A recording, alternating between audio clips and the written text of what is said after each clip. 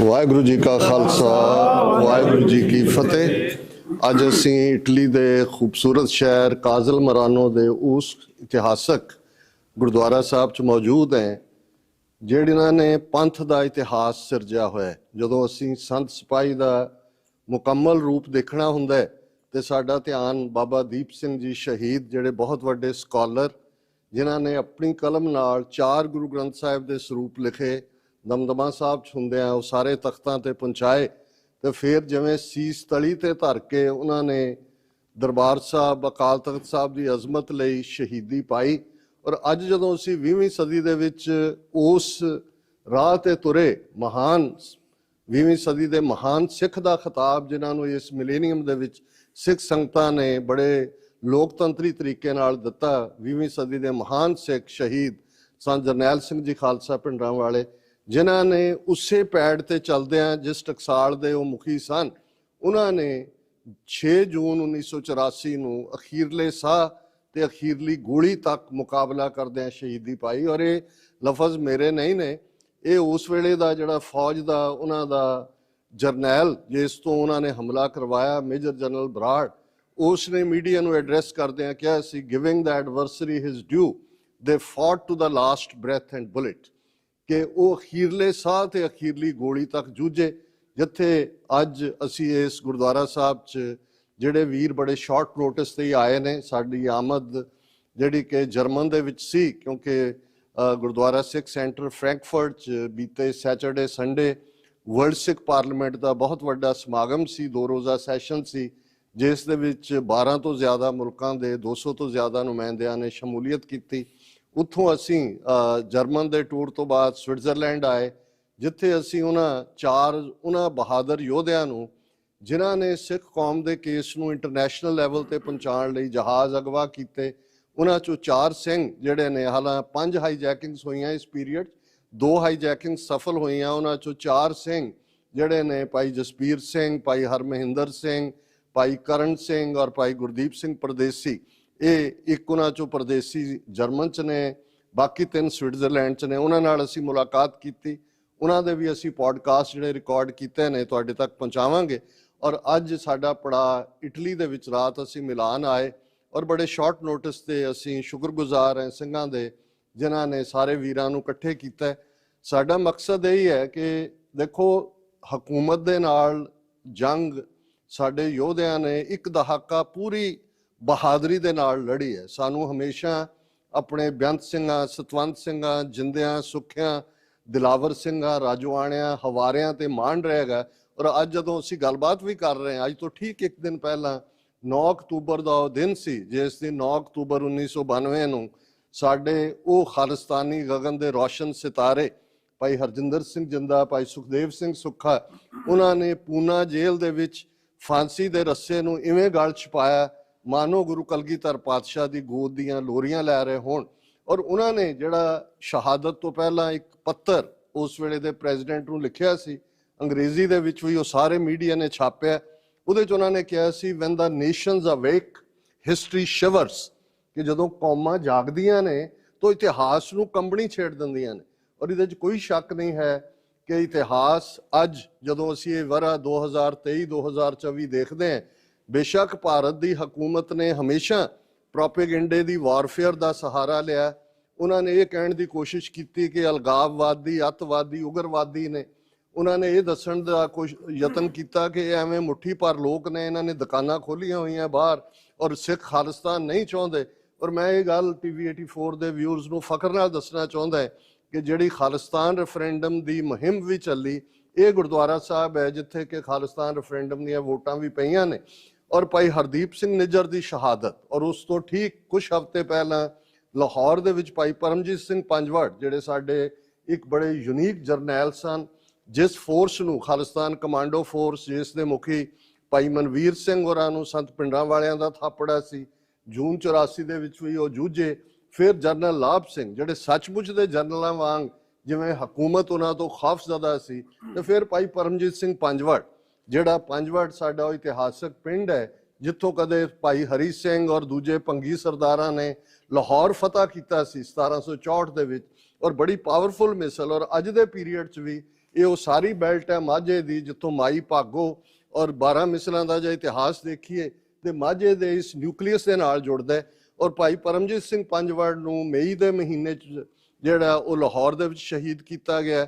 15 ਜੂਨ 2023 ਨੂੰ ਭਾਈ ਅਵਤਾਰ ਸਿੰਘ ਖੰਡਾ ਨੂੰ ਬਰਮਿੰਗਮ UK ਦੇ ਵਿੱਚ ਕੈਮੀਕਲ ਵੈਪਨ ਯੂਜ਼ ਕਰਕੇ ਸ਼ਹੀਦ ਕੀਤਾ ਗਿਆ।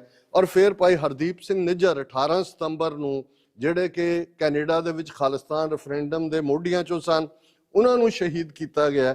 ਔਰ ਅਲਟੀਮੇਟਲੀ ਭਾਰਤ ਐਕਸਪੋਜ਼ ਹੋਇਆ। 18 ਸਤੰਬਰ 2023 ਨੂੰ ਕੈਨੇਡਾ ਦੇ ਪ੍ਰਾਈਮ ਮਿਨਿਸਟਰ ਜਸਟਿਨ ਟਰੂਡੋ ਨੇ ਕੈਨੇਡਾ ਦੀ ਪਾਰਲੀਮੈਂਟ ਦੇ ਵਿੱਚ ਇਨਕਸ਼ਾਫ ਕੀਤਾ ਕਿ ਇਸ ਦੇ ਪਿੱਛੇ ਭਾਰਤੀ ਏਜੰਟ ਜ਼ਿੰਮੇਵਾਰ ਨੇ, ਇੰਡੀਅਨ ਸਟੇਟ ਜ਼ਿੰਮੇਵਾਰ ਹੈ। ਉਹੀ ਐਕਸਪੈਰੀਮੈਂਟ ਉਹਨਾਂ ਨੇ ਅਮਰੀਕਾ 'ਚ ਗੁਰਪਤਵੰਤ ਸਿੰਘ ਪੰਨੂ, ਜਿਹੜੇ ਲੀਗਲ ਐਡਵਾਈਜ਼ਰ ਨੇ ਸਿੱਖਸ ਫਾਰ ਜਸਟਿਸ ਦੇ, ਉਹਨਾਂ ਨੂੰ ਮਾਰਨ ਦਾ ਪਲਾਟ ਰਚਿਆ, ਜਿਹਦੇ 'ਚੋਂ ਬੁਰੀ ਤਰ੍ਹਾਂ ਫੇਲ ਹੋਏ। ਲੇਕਿਨ ਨਿਖਲ ਗੁਪਤਾ ਨਾਂ ਦਾ ਬੰਦਾ, ਜਿਹੜਾ ਅਜੀਤ ਡੋਵਲ ਔਰ ਇਹ ਦਿਨਕਰ ਗੁਪਤਾ ਔਰ ਇਹ ਮੋਦੀ, ਅਮਿਤ ਸ਼ਾਹ ਔਰ ਵਿਕਰਮ ਯਾਦਵ, ਇਹ ਜਿਹੜੀ ਸਾਰੀ ਖੇਡ, ਕਿਉਂਕਿ ਨਿਊਯਾਰਕ 'ਚ ਅਗਲੇ ਹਫਤੇ ਉਹ ਟਰਾਇਲ ਸ਼ੁਰੂ ਹੋਣ ਜਾ ਰਿਹਾ ਨਿਖਲ ਗੁਪਤਾ ਦੇ ਖਿਲਾਫ, ਜਿਹਨੂੰ 1 ਸਾਲ ਦੇ ਐਫਰਟਸ ਦੇ ਨਾਲ ਅਮਰੀਕਾ ਦੀਆਂ ਲਾ ਐਨਫੋਰਸਮੈਂਟ ਏਜੰਸੀਜ਼ ਚੈੱਕ ਰਿਪਬਲਿਕ ਤੋਂ ਐਕਸਟ੍ਰਾਡਾਈਟ ਕਰਕੇ ਲਿਆਈਆਂ ਨੇ। ਸੋ ਇਹ ਸਾਰਾ ਜਿਹੜਾ ਉਹਨਾਂ ਨੇ ਬਾਹਰ ਇਸ ਕਿਸਮ ਦੀ ਕਿਲਿੰਗ ਸ਼ੁਰੂ ਕੀਤੀ ਹੈ, ਇਹ ਸਾਡੀ ਸਟਰੈਂਥ ਵੀ ਸ਼ੋਅ ਕਰਦੀ ਹੈ ਕਿ ਹਕੂਮਤ ਇੰਨੀ ਖੌਫਜ਼ਦਾ ਹੈ। ਅਜੇ ਵੀ ਤੁਹਾਨੂੰ ਕੁਝ ਲੋਕ ਮਿਲ ਜਾਣਗੇ, ਉਹ ਕਹਿਣਗੇ ਜੀ ਨਾਰਿਆਂ ਨਾਲ ਥੋੜੀ ਖਾਲਿਸਤਾਨ ਬਣਨਾ ਹੈ, ਝੰਡਿਆਂ ਨਾਲ ਥੋੜੀ ਬਣਨਾ ਹੈ। ਜਿਸ ਗੱਲ ਤੋਂ ਦੁਸ਼ਮਣ ਡਰਦਾ ਹੈ, ਜੇ ਉਹ ਪ੍ਰੋਟੈਸਟ ਕਰਦੇ ਨੇ ਕਿ ਜੀ ਤੁਹਾਡੇ ਨਗਰ ਕੀਰਤਨਾਂ 'ਚ ਖਾਲਿਸਤਾਨ ਦੇ ਕਿਉਂ ਝੰਡੇ ਹੁੰਦੇ ਨੇ, ਸੰਤ ਭਿੰਡਰਾਂ ਵਾਲਿਆਂ ਦੀ ਕਿਉਂ ਤਸਵੀਰ ਹੁੰਦੀ ਹੈ, ਤੇ ਇਸ ਤੋਂ ਅਸੀਂ ਅੰਦਾਜ਼ਾ ਲਾ ਸਕਦੇ ਹਾਂ ਕਿ ਇਹਦੀ ਕਿੰਨੀ ਅਹਿਮੀਅਤ ਹੈ। ਔਰ ਮੈਂ ਅਕਸਰ ਆਪਣੀਆਂ ਪ੍ਰੈਜੈਂਟੇਸ਼ਨ 'ਚ ਕਹਿੰਦਾ ਕਿ ਜਦੋਂ ਤੱਕ ਇੱਕ ਵੀ ਸਿੱਖ ਇਸ ਪਲੈਨਟ ਦੇ ਉੱਤੇ ਜਿਉਂਦਾ ਹੈ, ਅੱਜ ਇਸ ਪਲੈਨਟ ਤੇ 8 ਬਿਲੀਅਨ ਲੋਕ ਰਹਿੰਦੇ ਨੇ, ਜੇ ਇੱਕ ਵੀ ਸਿੱਖ ਜਿਉਂਦਾ ਹੈ ਤੇ ਬਾਂਹ ਖੜੀ ਕਰਕੇ ਖਾਲਿਸਤਾਨ ਜ਼ਿੰਦਾਬਾਦ ਕਹਿੰਦਾ ਹੈ ਤੇ ਸਾਡੀ ਮੂਵਮੈਂਟ ਹੈ, ਲਾਈਵ ਹੈ। ਇਹੀ ਮੈਸੇਜ ਬਾਬਾ ਬੋਤਾ ਸਿੰਘ, ਬਾਬਾ ਗਰਜਾ ਸਿੰਘ ਨੇ ਦਿੱਤਾ।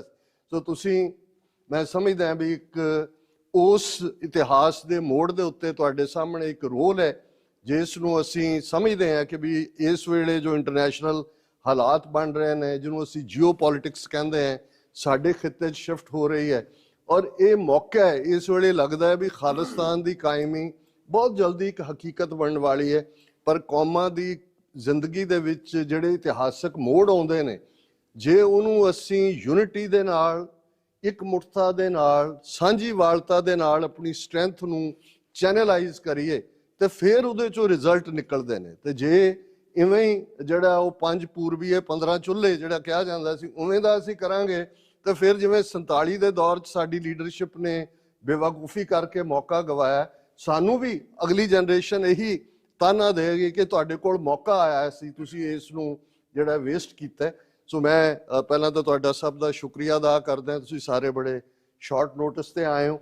ਔਰ ਇਹਦੇ 'ਚ ਵੀ ਕੋਈ ਸ਼ੱਕ ਨਹੀਂ ਕਿ ਸਰਕਾਰ ਦਾ ਡਿਸਇਨਫੋਰਮੇਸ਼ਨ ਕੈਂਪੇਨ ਇੰਨਾ ਜ਼ਿਆਦਾ ਹੈ ਕਿ ਬਹੁਤ ਸਾਰੇ ਕਈ ਵਾਰੀ ਸਵਾਲ, ਸ਼ੰਕੇ ਦੂਸਰੇ ਖੜੇ ਕੀਤੇ ਜਾਂਦੇ ਨੇ। ਤੇ ਇਸ ਫਾਰਮੈਟ ਨੂੰ ਅਸੀਂ ਚਾਹੁੰਦੇ ਹਾਂ ਕਿ ਸਾਡੇ ਜਿਹੜੇ ਵੀ ਕੰਸਰਨ ਨੇ, ਸਾਡੇ ਕੋਈ ਸ਼ੰਕੇ ਨੇ, ਸਾਡੇ ਸਵਾਲ ਨੇ ਜਾਂ ਸਾਡੀਆਂ ਕੋਈ ਟਿੱਪਣੀਆਂ ਨੇ, ਵੀਰ ਜਿਹੜੇ ਨੇ ਉਹ ਖੁੱਲ੍ਹ ਕੇ ਗੱਲਬਾਤ ਕਰਨ। ਅਸੀਂ ਇਹ ਛੋਟਾ ਜਿਹਾ ਸੈਸ਼ਨ ਕਰਨ ਤੋਂ ਬਾਅਦ ਵਾਪਸ ਵੀ ਮੁੜਨਾ ਹੈ, ਕਿਉਂਕਿ ਕੱਲ ਸਾਡੀ ਫਲਾਈਟ ਪੈਰਿਸ ਦੀ ਹੈ, ਫਰਾਂਸ ਦੀ। ਸੈਟਰਡੇ ਸੰਡੇ ਉੱਥੇ 2 ਦੀਵਾਨ ਨੇ ਔਰ ਮੰਡੇ ਅਸੀਂ ਵਾਪਸ ਅਮਰੀਕਾ ਫਲਾਈ ਕਰਨਾ ਹੈ। ਵਾਹਿਗੁਰੂ ਜੀ ਕਾ ਖਾਲਸਾ, ਵਾਹਿਗੁਰੂ ਜੀ ਕੀ ਫਤਿਹ। ਹਾਂਜੀ, ਨੇੜੇ ਕਰ ਲੈਣਾ ਜੀ। ਮੇਰੇ ਦਿਮਾਗ 'ਚ ਇੱਕੋ ਹੀ ਸਵਾਲ ਆਉਂਦਾ ਜੀ ਕਿ ਜਦੋਂ ਵੀ ਕੋਈ ਕੌਮ ਡਿੱਗਦੀ ਹੈ ਨਾ, ਗਦਾਰਾ ਨਾਲ ਡਿੱਗਦੀ ਹੈ ਜੀ, ਉਦਾਂ ਨਹੀਂ ਉਹ ਡਿੱਗ ਸਕਦੀ ਕਦੇ ਵੀ। ਤੇ ਜਿਹੜੇ ਸਾਨੂੰ ਜਦੋਂ ਪਤਾ ਲੱਗਦਾ, ਜਿੱਦਾਂ ਸਾਡੀ ਇਟਲੀ ਦੀ ਯੂਨਿਟ ਹੈ ਇੱਕ ਜੀ, ਹਨਾ, ਨਾਰਥ ਦੇ ਵਿੱਚ, ਸਾਨੂੰ ਨਾਰਥ ਦੇ ਸਾਰੇ ਬੰਦਿਆਂ ਦਾ ਪਤਾ, ਕਿਹੜਾ ਬੰਦਾ ਕੀ ਕਰਦਾ, ਕਿਹੜਾ ਪ੍ਰੈਸ ਰਿਪੋਰਟਰ ਆ ਹਨਾ, ਕਿਹੜਾ ਖਬਰੀ ਹੈ, ਕਿਹੜਾ ਨਹੀਂ। ਪਰ ਸਾਡੀ ਕਮਿਊਨਿਟੀ ਉਹਦੇ ਖਿਲਾਫ ਕੋਈ ਐਕਸ਼ਨ ਕਿਉਂ ਨਹੀਂ ਲੈਂਦੀ ਜੀ? ਜੇ ਜਿੱਦਾਂ ਅਕਾਲ ਤਖਤ ਦੇ ਜਥੇਦਾਰ ਵਗੈਰਾ ਜੋ ਹੈਗੇ ਨੇ, ਉਹ ਜਾਂਦੇ ਨੇ ਉੱਥੇ ਨੂੰ ਸਰੋਪੇ ਪੈਂਦੇ ਨੇ ਜੀ। ਜਦੋਂ ਤੁਹਾਨੂੰ ਇੱਕ ਬੰਦੇ ਦਾ ਸ਼ੋਰ ਹੋ ਗਿਆ ਕਿ ਇਹ ਬੰਦਾ, ਮੈਂ ਕਿਸੇ ਦਾ ਨਾਂ ਨਹੀਂ ਲੈਂਦਾ ਇੱਥੇ, ਪਰ ਜਿਹੜਾ ਵੀ ਬੰਦਾ ਹੈਗਾ ਵਾ, ਉਹਦਾ ਅਸੀਂ ਸ਼ਿਕਾਇਤ ਕਿਉਂ ਨਹੀਂ ਕਰਦੇ ਕਿ ਕੌਮ ਦੇ ਖਿਲਾਫ ਕਿਉਂ ਚੱਲ ਰਿਹਾ ਹਨਾ? ਜੇ ਕੌਮ ਦਾ ਭਲਾ ਨਹੀਂ ਕਰ ਸਕਦਾ ਤਾਂ ਤੁਸੀਂ ਉਹਦੇ ਖਿਲਾਫ ਹੀ ਕਰਤੇ ਜਾਣਾ ਜੀ ਹਨਾ। ਦੇਖੋ, ਤੁਹਾਡਾ ਸਵਾਲ ਬੜਾ ਆਮ ਸਿੱਖ ਦੇ ਦਿਮਾਗ 'ਚ ਵੀ ਆਉਂਦਾ ਹੈ ਕਿ ਭਾਈ ਸਾਡੇ ਆਪਣੇ ਹੀ ਆਪਣਿਆਂ ਦੇ ਖਿਲਾਫ ਕਿਉਂ ਭੁਗਤਦੇ ਨੇ। ਇਸ ਦੇ ਲਈ ਸਾਨੂੰ ਦੂਰ ਜਾਣ ਦੀ ਲੋੜ ਨਹੀਂ ਹੈ, ਆਪਣੇ ਇਤਿਹਾਸ ਨੂੰ ਹੀ ਸਾਨੂੰ ਵਾਚਣਾ ਪਏਗਾ। ਜਿਹੜੀਆਂ ਹਕੂਮਤਾਂ ਕਿਸੇ ਕੌਮ ਦਾ ਖੁਰਾ ਖੋਜ ਮਿਟਾਉਣ ਦਾ ਏਜੰਡਾ ਲਾਗੂ ਕਰਦੀਆਂ ਨੇ ਉਹ ਤੁਹਾਡੇ ਆਪਣਿਆਂ ਨੂੰ ਹੀ ਪੱਟਦੇ ਨੇ। ਔਰ ਬਹੁਤ ਵਾਰ ਸਾਡੇ ਖਿੱਤੇ ਦੇ ਵਿੱਚ ਇੱਕ ਕਹਾਵਤ, ਭਾਵੇਂ ਉਹਦਾ ਸੰਬੰਧ ਰਾਮ ਰਾਵਣ ਦੀ ਜੰਗ ਨਾਲ ਹੈ, ਕਿ ਘਰ ਕਾ ਭੇਤੀ ਲੰਕਾ ਢਾਏ। ਤੁਸੀਂ ਵਾਕਿਫ ਹੋ ਕਿ ਵਿਭੀਸ਼ਣ ਇੱਕ ਭਰਾ ਰਾਵਣ ਦਾ, ਜਿਹਨੂੰ ਇਹ ਪਤਾ ਸੀ ਕਿ ਜੇ ਇਹਦੀ ਧੁਨੀ 'ਚ ਤੀਰ ਵੱਜੇ ਤਾਂ ਮਰਦਾ ਹੈ, ਉਹਦੇ ਨਾਲ ਰਾਮਚੰਦਰ ਨੇ ਸੌਦਾ ਕੀਤਾ ਕਿ ਵੀ ਤੂੰ ਮਰਵਾ ਦੇ ਭਰਾ ਨੂੰ ਤੇ ਜਿਹੜਾ ਲੰਕਾ ਦਾ ਥੇ ਬਚੇਗਾ ਉਹਦੀ ਰਜਿਸਟਰੀ ਤੇਰੇ ਨਾਂ ਕਰ ਦਿਆਂਗੇ। ਔਰ ਇਵੇਂ ਹੀ ਹੋਇਆ ਹੈ ਨਾ। ਹੁਣ ਇਹੀ ਜੇ ਇਸ ਵਾਕਿਆ ਨੂੰ ਕਹਿਣਾ ਹੋਏ ਤੇ ਇਹੀ ਨੀਤੀ ਕੱਲੀ ਹੁਣ ਨਹੀਂ, ਬੇਸ਼ੱਕ ਅਕਾਲੀਆਂ ਨੇ, ਜੇ ਤੁਸੀਂ ਸ਼੍ਰੋਮਣੀ ਅਕਾਲੀ ਦਲ ਦਾ ਰੋਲ 1977 ਤੋਂ ਜਦੋਂ ਸੰਤ ਪਿੰਡਰਾਂਵਾਲੇ ਦਮਦਮੀ ਟਕਸਾਲ ਦੀ ਸੇਵਾ 'ਚ ਆਏ 84 ਤੱਕ ਦੇਖੋ, ਤੇ ਉਹ ਇੱਕ ਧਿਰ ਸਰਕਾਰ ਦੇ ਨਾਲ ਖਲੋਤੀ ਸੀ। ਦਬਾਅ ਸੰਤਾਂ ਦਾ ਇੰਨਾ ਕੁ ਸੀ, ਕੌਮ ਦਾ ਉਮਾ ਇੰਨਾ ਕੁ ਸੀ ਕਿ ਓਪਨਲੀ ਉਹ ਬੋਲ ਨਹੀਂ ਸੀ ਸਕਦੇ। ਲੇਕਿਨ ਹੁਣ ਸਬੂਤ ਨੇ ਕਿ ਭਾਈ ਇੱਕ ਪਾਸੇ ਧਰਮਯੁੱਧ ਮੋਰਚਾ ਚੱਲ ਰਿਹਾ ਸੀ, 22 ਮੀਟਿੰਗਾਂ ਅਕਾਲੀ ਦਲ ਦੇ ਸਾਰੇ ਲੀਡਰਾਂ ਨੇ ਦਿੱਲੀ ਵਾਲਿਆਂ ਨਾਲ ਕੀਤੀਆਂ। ਕਿਤੇ ਜਿਹੜਾ ਉਹ ਹਵਾਈ ਅੱਡਿਆਂ ਦੇ ਲਾਂਚ ਹੈ, ਕਿਤੇ ਪ੍ਰਾਈਮ ਮਿਨਿਸਟਰ ਆਫਿਸ 'ਚ ਹੈ, ਕਿਤੇ ਉਹਦੇ ਪੀਏ ਦੇ ਆਫਿਸ 'ਚ ਹੈ। ਸੋ ਮੇਰਾ ਖਿਆਲ ਹੈ ਵੀ ਇਸ ਗੱਲ, ਔਰ ਗੁਰੂ ਸਾਹਿਬਾਨ ਦੇ ਵੇਲੇ ਅਸੀਂ ਰਾਮ ਰਾਈਏ, ਧੀਰ ਮਲੀਏ, ਮੀਣੇ, ਮਸੰਦ, ਜਿਹੜੇ ਗੁਰੂ ਸਾਹਿਬ ਦੇ ਆਪਣੇ ਪਰਿਵਾਰਾਂ 'ਚੋਂ ਸਨ। ਮਸੰਦ ਗੁਰੂ ਸਾਹਿਬ ਦੇ ਖੁਦ ਥਾਪੇ, ਚੌਥੇ ਪਾਤਸ਼ਾਹ ਨੇ ਮਸੰਦ ਥਾਪੇ। ਔਰ ਇਸ ਹੱਦ ਤੱਕ ਉਹ ਭ੍ਰਿਸ਼ਟ ਗਏ ਜਾਂ ਉਹਨਾਂ ਦਾ ਨੈਗੇਟਿਵਿਟੀ ਸੀ ਕਿ 10ਵੇਂ ਪਾਤਸ਼ਾਹ ਨੇ ਉਹਨਾਂ ਨੂੰ ਡਿਸਟਰੋਏ ਕੀਤਾ, ਵੀ ਇਹਨਾਂ ਨੂੰ ਖਤਮ ਕਰੋ ਇਸ ਸਾਰੇ ਸਿਸਟਮ ਨੂੰ। ਸੋ ਮੈਂ ਸਮਝਦਾ ਹਾਂ ਵੀ ਇਹਦੇ 'ਚ ਕੋਈ ਸ਼ੱਕ ਨਹੀਂ ਹੈ ਕਿ ਅੱਜ ਵੀ ਸਾਡੇ 'ਚ ਇਨਫਿਲਟ੍ਰੇਸ਼ਨ ਬਹੁਤ ਜ਼ਿਆਦਾ ਹੈ। ਔਰ ਖਾਸ ਤੌਰ ਤੇ ਜੇ ਸਾਨੂੰ ਲੱਗਦਾ ਹੈ ਵੀ ਸਾਡੇ ਗੁਰਦੁਆਰੇ ਸਾਡੀਆਂ ਐਮਬੈਸੀਆਂ ਨੇ, ਕੱਲ ਹੀ ਮੈਂ ਆਪਣੀ ਇੱਕ ਗੈਦਰਿੰਗ 'ਚ ਕਿਹਾ ਸੀ, ਮੈਂ ਕਿਹਾ ਦੇਖੋ ਇਸ ਧਰਤੀ ਤੇ ਸਾਡੇ ਕੋਲ ਕੋਈ ਮੁਲਕ ਨਹੀਂ ਹੈ, ਅਸੀਂ ਨੇਸ਼ਨਲੈਸ ਲੋਕ ਹੈ। ਲੇਕਿਨ ਦੁਨੀਆ ਦੇ ਕਿਸੇ ਮੁਲਕ 'ਚ ਕਿਸੇ ਸ਼ਹਿਰ 'ਚ ਚਲੇ ਜਾਓ, ਤੁਹਾਨੂੰ ਕੋਈ ਨਹੀਂ ਜਾਣਦਾ, ਜਾ ਕੇ ਤੁਸੀਂ ਪੁੱਛੋਗੇ ਇੱਥੇ ਗੁਰਦੁਆਰਾ ਹੈ, ਔਰ ਤੁਹਾਨੂੰ ਗੁਰਦੁਆਰੇ 'ਚ ਰਹਿਣ ਨੂੰ ਥਾਂ ਦੂਜਾ ਤੀਜਾ ਮਿਲ। ਇਹ ਸਾਡੀਆਂ ਐਮਬੈਸੀਆਂ ਨੇ। ਜਿੱਥੋਂ ਇਹ ਸੂਰਜ ਚੜ੍ਹਦਾ ਇਸ ਧਰਤੀ ਤੇ, ਨਿਊਜ਼ੀਲੈਂਡ ਪਹਿਲੀਆਂ ਰੇਜ਼ ਨਿਊਜ਼ੀਲੈਂਡ 'ਚ ਪੈਂਦੀਆਂ ਨੇ, ਉੱਥੇ ਵੀ ਸਾਡਾ ਨਿਸ਼ਾਨ ਝੂਲਦਾ ਹੈ। ਤੇ ਜਿੱਥੇ ਇਸ ਪਲੈਨਟ ਤੇ ਸੂਰਜ ਡੁੱਬਦਾ ਹੈ, ਵੈਨਕੂਵਰ, ਸਿਐਟਲ ਦੀ ਧਰਤੀ ਤੇ, ਉੱਥੇ ਵੀ ਸਾਡੇ ਨਿਸ਼ਾਨ ਝੂਲਦੇ ਨੇ। ਜੇ ਗੁਰਦੁਆਰੇ ਸਾਡੀ ਸਟਰੈਂਥ ਨੇ, ਸਾਨੂੰ ਲੱਗਦਾ ਵੀ ਇਹਨਾਂ 'ਚੋਂ ਸਾਡਾ ਕਾਜ਼ ਨਿਕਲਦਾ, ਤੇ ਹਕੂਮਤ ਨੂੰ ਵੀ ਬੜੀ ਚੰਗੀ ਤਰ੍ਹਾਂ ਪਤਾ ਹੈ। ਸੋ ਇਸ ਵੇਲੇ ਗਲੋਬਲੀ ਜਿਹੜੀਆਂ Indian embassies, high commission, consulate ਨੇ, ਉਹਨਾਂ 'ਚ ਇੱਕ ਸੈਕਸ਼ਨ ਪੱਕੇ ਤੌਰ ਤੇ ਉਹਨਾਂ ਨੇ ਰੱਖਿਆ ਹੋਇਆ ਹੈ, ਜਿਹੜੇ ਕਿ ਇਨਸਾਈਡ ਇਨਫਿਲਟਰੇਟ ਕਰਦੇ ਨੇ। ਬਹੁਤੇ ਜਿਹੜੇ ਨੇ ਉਹ ਤਾਂ ਵੀਜ਼ਾ ਪਾਸਪੋਰਟ ਤੇ ਵਿਕਦੇ ਨੇ। ਇਹ ਨਹੀਂ ਹੈ ਵੀ ਬਹੁਤੇ ਨੂੰ ਪੈਸੇ ਲੈਣ ਵਾਲਾ ਕੋਈ ਇੱਕ ਅੱਧਾ ਹੀ ਰੱਖਿਆ ਹੁੰਦਾ ਹੈ। ਬਹੁਤ ਸਾਰੇ ਤਾਂ ਇਸ ਗੱਲ ਤੇ ਖੁਸ਼ ਹੋ ਜਾਂਦੇ ਨੇ, ਜੀ ਸਾਨੂੰ ਕੌਂਸੂਲੇਟ ਗਿਆ ਕੁਰਸੀ ਦਿੱਤੀ ਜੀ, ਸਾਡਾ ਵੀਜ਼ਾ ਦੇ ਦਿੱਤਾ ਜੀ, ਜਾਂ ਉਹ ਧਮਕੀ ਇਸਤੇਮਾਲ ਕਰਦੇ ਨੇ ਜੀ ਅਸੀਂ ਪਾਸਪੋਰਟ ਰੋਕ ਲਾਂਗੇ ਦੂਜਾ। ਸੋ ਮੇਰਾ ਖਿਆਲ ਹੈ ਵੀ ਸਾਡਾ ਫੋਕਸ ਆਪਣੇ ਨਿਸ਼ਾਨੇ ਵੱਲ ਹੋਣਾ ਚਾਹੀਦਾ ਹੈ। ਇਸ ਕਿਸਮ ਦੇ ਲੋਕਾਂ ਦੀ ਪਰਖ ਕਰਨੀ ਚਾਹੀਦੀ ਹੈ, ਔਰ ਕਈ ਥਾਵਾਂ ਤੇ ਖਾਲਸਾਈ ਰਵਾਇਤਾਂ ਅਨੁਸਾਰ ਉਹਨਾਂ ਦੇ ਨਾਲ ਨਜਿੱਠਣਾ ਵੀ ਚਾਹੀਦਾ ਹੈ। ਪਰ ਇੱਕ ਗੱਲ ਦਾ ਧਿਆਨ ਰੱਖੀਏ ਕਿ ਇਹਨਾਂ ਮੁਲਕਾਂ ਦੇ ਵਿੱਚ ਕਿਸੇ ਵੀ ਕਿਸਮ ਦੀ ਹਿੰਸਾ ਜਿਹੜੀ ਹੈ ਉਹ ਸਾਡੇ ਹੱਕ 'ਚ ਨਹੀਂ ਜਾਂਦੀ, ਕਿਉਂਕਿ ਆਲਰੇਡੀ ਇੰਡੀਅਨ ਸਿਸਟਮ ਨੇ ਸਾਡੇ ਖਿਲਾਫ ਇਹ ਪ੍ਰਚਾਰ ਕੀਤਾ ਹੋਇਆ ਵੀ ਅੱਤਵਾਦੀ ਨੇ, ਦਹਿਸ਼ਤਗਰਦ ਨੇ। ਤੇ ਜੇ ਅਸੀਂ ਵੀ, ਔਰ ਦੇਖੋ ਜਰਮਨ ਇੱਕ ਐਸਾ ਮੁਲਕ ਬਣਿਆ ਹੈ ਜਿੱਥੇ ਤੁਹਾਨੂੰ ਜੇ ਪਤਾ ਹੋਏ 2 ਕਨਵਿਕਸ਼ਨਸ ਹੋਈਆਂ ਨੇ, ਜਿਹਦੇ 'ਚ ਕਿ ਇੰਡੀਅਨ ਏਜੰਟਸ ਨੂੰ ਸਜ਼ਾਵਾਂ ਦਿੱਤੀਆਂ ਨੇ ਉਹਨਾਂ ਨੇ। ਇੱਕ ਹਸਬੈਂਡ ਵਾਈਫ ਕਪਲ ਸੀ ਸਿੱਖੀ ਰੂਪ 'ਚ। ਸੋ ਉਹ ਇਵੇਂ ਹੀ ਆਉਣਗੇ, ਉਹਨਾਂ ਦੀ ਸ਼ਨਾਖਤ ਕਰੋ, ਪਰਖ ਕਰੋ, ਆਪਣਿਆਂ 'ਚ ਐਕਸਪੋਜ਼ ਕਰੋ, ਪਰ ਇਹ ਵੀ ਮੰਨ ਕੇ ਤੁਰੋ ਵੀ ਇਹ ਨਾਲ ਹੀ ਰਹਿਣੇ ਨੇ। ਹੋਰ ਕਿਸੇ ਵੀਰ ਦਾ ਸਵਾਲ? ਖੁੱਲ ਕੇ ਗੱਲਬਾਤ ਕਰੋ ਕੋਈ। ਸਾਰੇ ਵੀਰਾਂ ਨੂੰ ਵਾਹਿਗੁਰੂ ਜੀ ਕਾ ਖਾਲਸਾ, ਵਾਹਿਗੁਰੂ ਜੀ ਕੀ ਫਤਿਹ। ਅਸੀਂ ਧੰਨਵਾਦ ਕਰਦੇ ਹਾਂ ਜੋ 84 ਟੀਵੀ ਵੱਡੇ ਚਿਰਾਂ ਤੋਂ ਸੇਵਾ ਨਿਭਾ ਰਿਹਾ, ਜੀਆਂ ਨੂੰ ਆਖਦੇ ਹਾਂ। ਦੂਜੀ ਮੇਰੀ ਬੇਨਤੀ, ਚਲੋ 10 ਵੀ ਜ਼ਿੰਮੇਵਾਰ ਇੱਥੇ, ਜਿਹੜਾ ਬਹੁਤ ਗਿਣਤੀ ਵਿੱਚ ਜਿਹੜੀਆਂ ਕਮੇਟੀਆਂ ਵਾ, ਉਹਨਾਂ ਨੂੰ ਮਤਲਬ ਕਿਉਂ ਮਤਲਬ ਕਿ ਇਹ ਗੱਲ ਦਾ ਡਰ ਰਹਿੰਦਾ ਵਾ, ਜਾਂ ਕਿਉਂ ਮਤਲਬ ਭੈ ਰਹਿੰਦਾ ਵੀ ਮਤਲਬ ਜੇ ਅਸੀਂ ਗੱਲ ਖੁੱਲ੍ਹ ਕੇ ਕੀਤੀ, ਜਾਂ ਕੋਈ ਚੰਗਾ ਜਥੇਦਾਰ ਲਾ ਲਿਆ, ਜਾਂ ਚੰਗਾ ਪ੍ਰਚਾਰਕ ਆ ਗਿਆ, ਢਾਡੀ ਆ ਗਿਆ, ਜੇ ਉਹਨੇ ਖਾਲਸਾ ਦੀ ਗੱਲ ਕੀਤੀ ਤਾਂ ਅਸੀਂ ਮਤਲਬ ਕਿਉਂ ਪਤਾ ਨਹੀਂ ਕੀ ਸਜ਼ਾ ਵਾਂਗੂ ਸਮਝਦੇ ਵੀ ਸਾਨੂੰ ਸਜ਼ਾ ਲੱਗ ਜਾਣੀ ਹੈ। ਇਹਦੇ ਬਾਰੇ ਥੋੜ੍ਹਾ ਜਿਹਾ ਖੁੱਲ੍ਹ ਕੇ ਦੱਸਿਓ ਵੀ ਮਤਲਬ ਵੀ ਇਹ ਕਿਉਂ, ਮਤਲਬ ਇਹ ਲੋਕ ਇਦਾਂ ਸੋਚਦੇ ਆ, ਕਿਉਂ ਕਮਜ਼ੋਰ ਨੇ, ਕੌਮ ਨਾਲ ਕਿਉਂ ਨਹੀਂ ਖੜਦੇ ਤੁਰਦੇ। ਹਾਂਜੀ ਦੇਖੋ, ਜਿਵੇਂ ਮੈਂ ਪਹਿਲਾਂ ਕਿਹਾ ਕਿ ਜਿਹੜੀਆਂ ਹਕੂਮਤਾਂ ਇਨ ਪਾਵਰ ਹੁੰਦੀਆਂ ਨੇ, ਉਹਨਾਂ ਦਾ ਇੱਕ ਖੌਫ ਵੀ ਹੁੰਦਾ ਹੈ ਤੇ ਲੋਕਾਂ ਦੀ ਪਰਸਨਲ ਗਰੀਡ ਵੀ ਹੁੰਦੀ ਹੈ, ਲੋਭ ਵੀ ਹੁੰਦਾ ਹੈ। ਤੁਸੀਂ ਅੰਗਰੇਜ਼ਾਂ ਦੇ ਜ਼ਮਾਨੇ ਦੀ ਗੱਲ ਦੇਖ ਲਓ। ਹੁਣ ਅਸੀਂ ਇੱਕ ਵਾਕਿਆ ਜਿਹੜਾ ਕੈਨੇਡਾ ਦੇ ਨਾਲ ਜਿਹਦਾ ਸੰਬੰਧ ਹੈ, ਹਾਲਾਂ ਹਿਸਟਰੀ ਦਾ ਸਾਡਾ ਟਰਨਿੰਗ ਪੁਆਇੰਟ ਹੈ, ਕਿ ਕਾਮਾਗਾਟਾ ਮਾਰੂ ਜਹਾਜ਼ ਆਏ, ਕੈਨੇਡਾ ਵਾਲਿਆਂ ਨੇ ਉਤਰਨ ਨਹੀਂ ਦਿੱਤਾ, ਵਾਪਸ ਮੁੜੇ। ਕਲਕੱਤਾ ਦੇ ਬਜਬਜ ਘਾਟ ਕੰਢੇ ਦੇ ਉੱਤੇ ਜਿਹੜਾ ਗੋਲੀ ਚੱਲੀ, ਬਾਬਾ ਗੁਰਦਿੱਤ ਸਿੰਘ ਸਰਹਾਲੀ ਤਾਂ ਉੱਥੋਂ ਖਿਸ ਗਏ, ਹੋਰ ਵੀ ਸਿੰਘ ਕੁਝ ਉੱਥੋਂ ਨਿਕਲ ਗਏ, ਲੇਕਿਨ 1.5 ਦਰਜਨ ਦੇ ਕਰੀਬ ਸ਼ਹੀਦ ਹੋਏ। ਦੂਜਾ ਕਲਕੱਤਾ ਇਤਿਹਾਸਕ ਥਾਂ ਵੀ ਹੈ, ਉੱਥੇ ਗੁਰਦੁਆਰਾ ਗੁਰੂ ਤੇਗ ਬਹਾਦਰ ਸਾਹਿਬ ਗਏ ਨੇ, ਗੁਰੂ ਨਾਨਕ ਸਾਹਿਬ ਗਏ ਨੇ, ਗੁਰਦੁਆਰਾ ਬਾਗ ਮਾੜੀ, ਗੁਰਦੁਆਰਾ ਬੜੀ ਸੰਗਤ, ਛੋਟੀ ਸੰਗਤ। ਉਸ ਵੇਲੇ ਦਾ ਰੈਜ਼ੋਲੂਸ਼ਨ ਹੈ ਗੁਰਦੁਆਰਾ ਕਮੇਟੀ ਦਾ ਕਿ ਇਹ ਜਿਹੜੇ ਬਜਬਜ ਘਾਟ ਦੇ ਕੰਢੇ ਤੇ ਮਾਰੇ ਗਏ ਜਾਂ ਜਿਹੜੇ ਇਹ ਗਦਰੀ ਨੇ, ਇਹ ਸਿੱਖ ਨਹੀਂ ਨੇ, ਔਰ ਇਹ ਅਸੀਂ ਅੰਗਰੇਜ਼ੀ ਰਾਜ ਦੀ ਸਲਾਮਤੀ ਦੀ ਅਰਦਾਸ ਕਰਦੇ ਹਾਂ ਔਰ ਫਲਾਣਾ। ਔਰ ਉਸ ਵੇਲੇ ਦੇ ਈਵਨ ਜਿਹੜੇ ਪੁਜਾਰੀਆਂ ਦੇ ਕੋਲ ਅਕਾਲ ਤਖਤ ਦਾ ਕੰਟਰੋਲ ਸੀ, ਕਿਉਂਕਿ 1920 ਚ ਜਦੋਂ ਫਿਰ ਅਰੂੜ ਸਿੰਘ ਤੋਂ ਬਾਅਦ ਜਦੋਂ ਉਹਨੂੰ ਡਾਇਰ ਨੂੰ ਸਿਰਪਾਓ ਦਿੱਤਾ ਉਹਨੇ, ਇਹ ਸਾਰਾ ਕੁਝ ਬਦਲਿਆ। ਸੋ ਮੈਂ ਇਹ ਸਮਝਦਾ ਹਾਂ ਵੀ ਇੱਕ ਗੱਲ ਇਹਦੇ ਚ ਕੋਈ ਦੋ ਰਾਵਾਂ ਨਹੀਂ ਨੇ।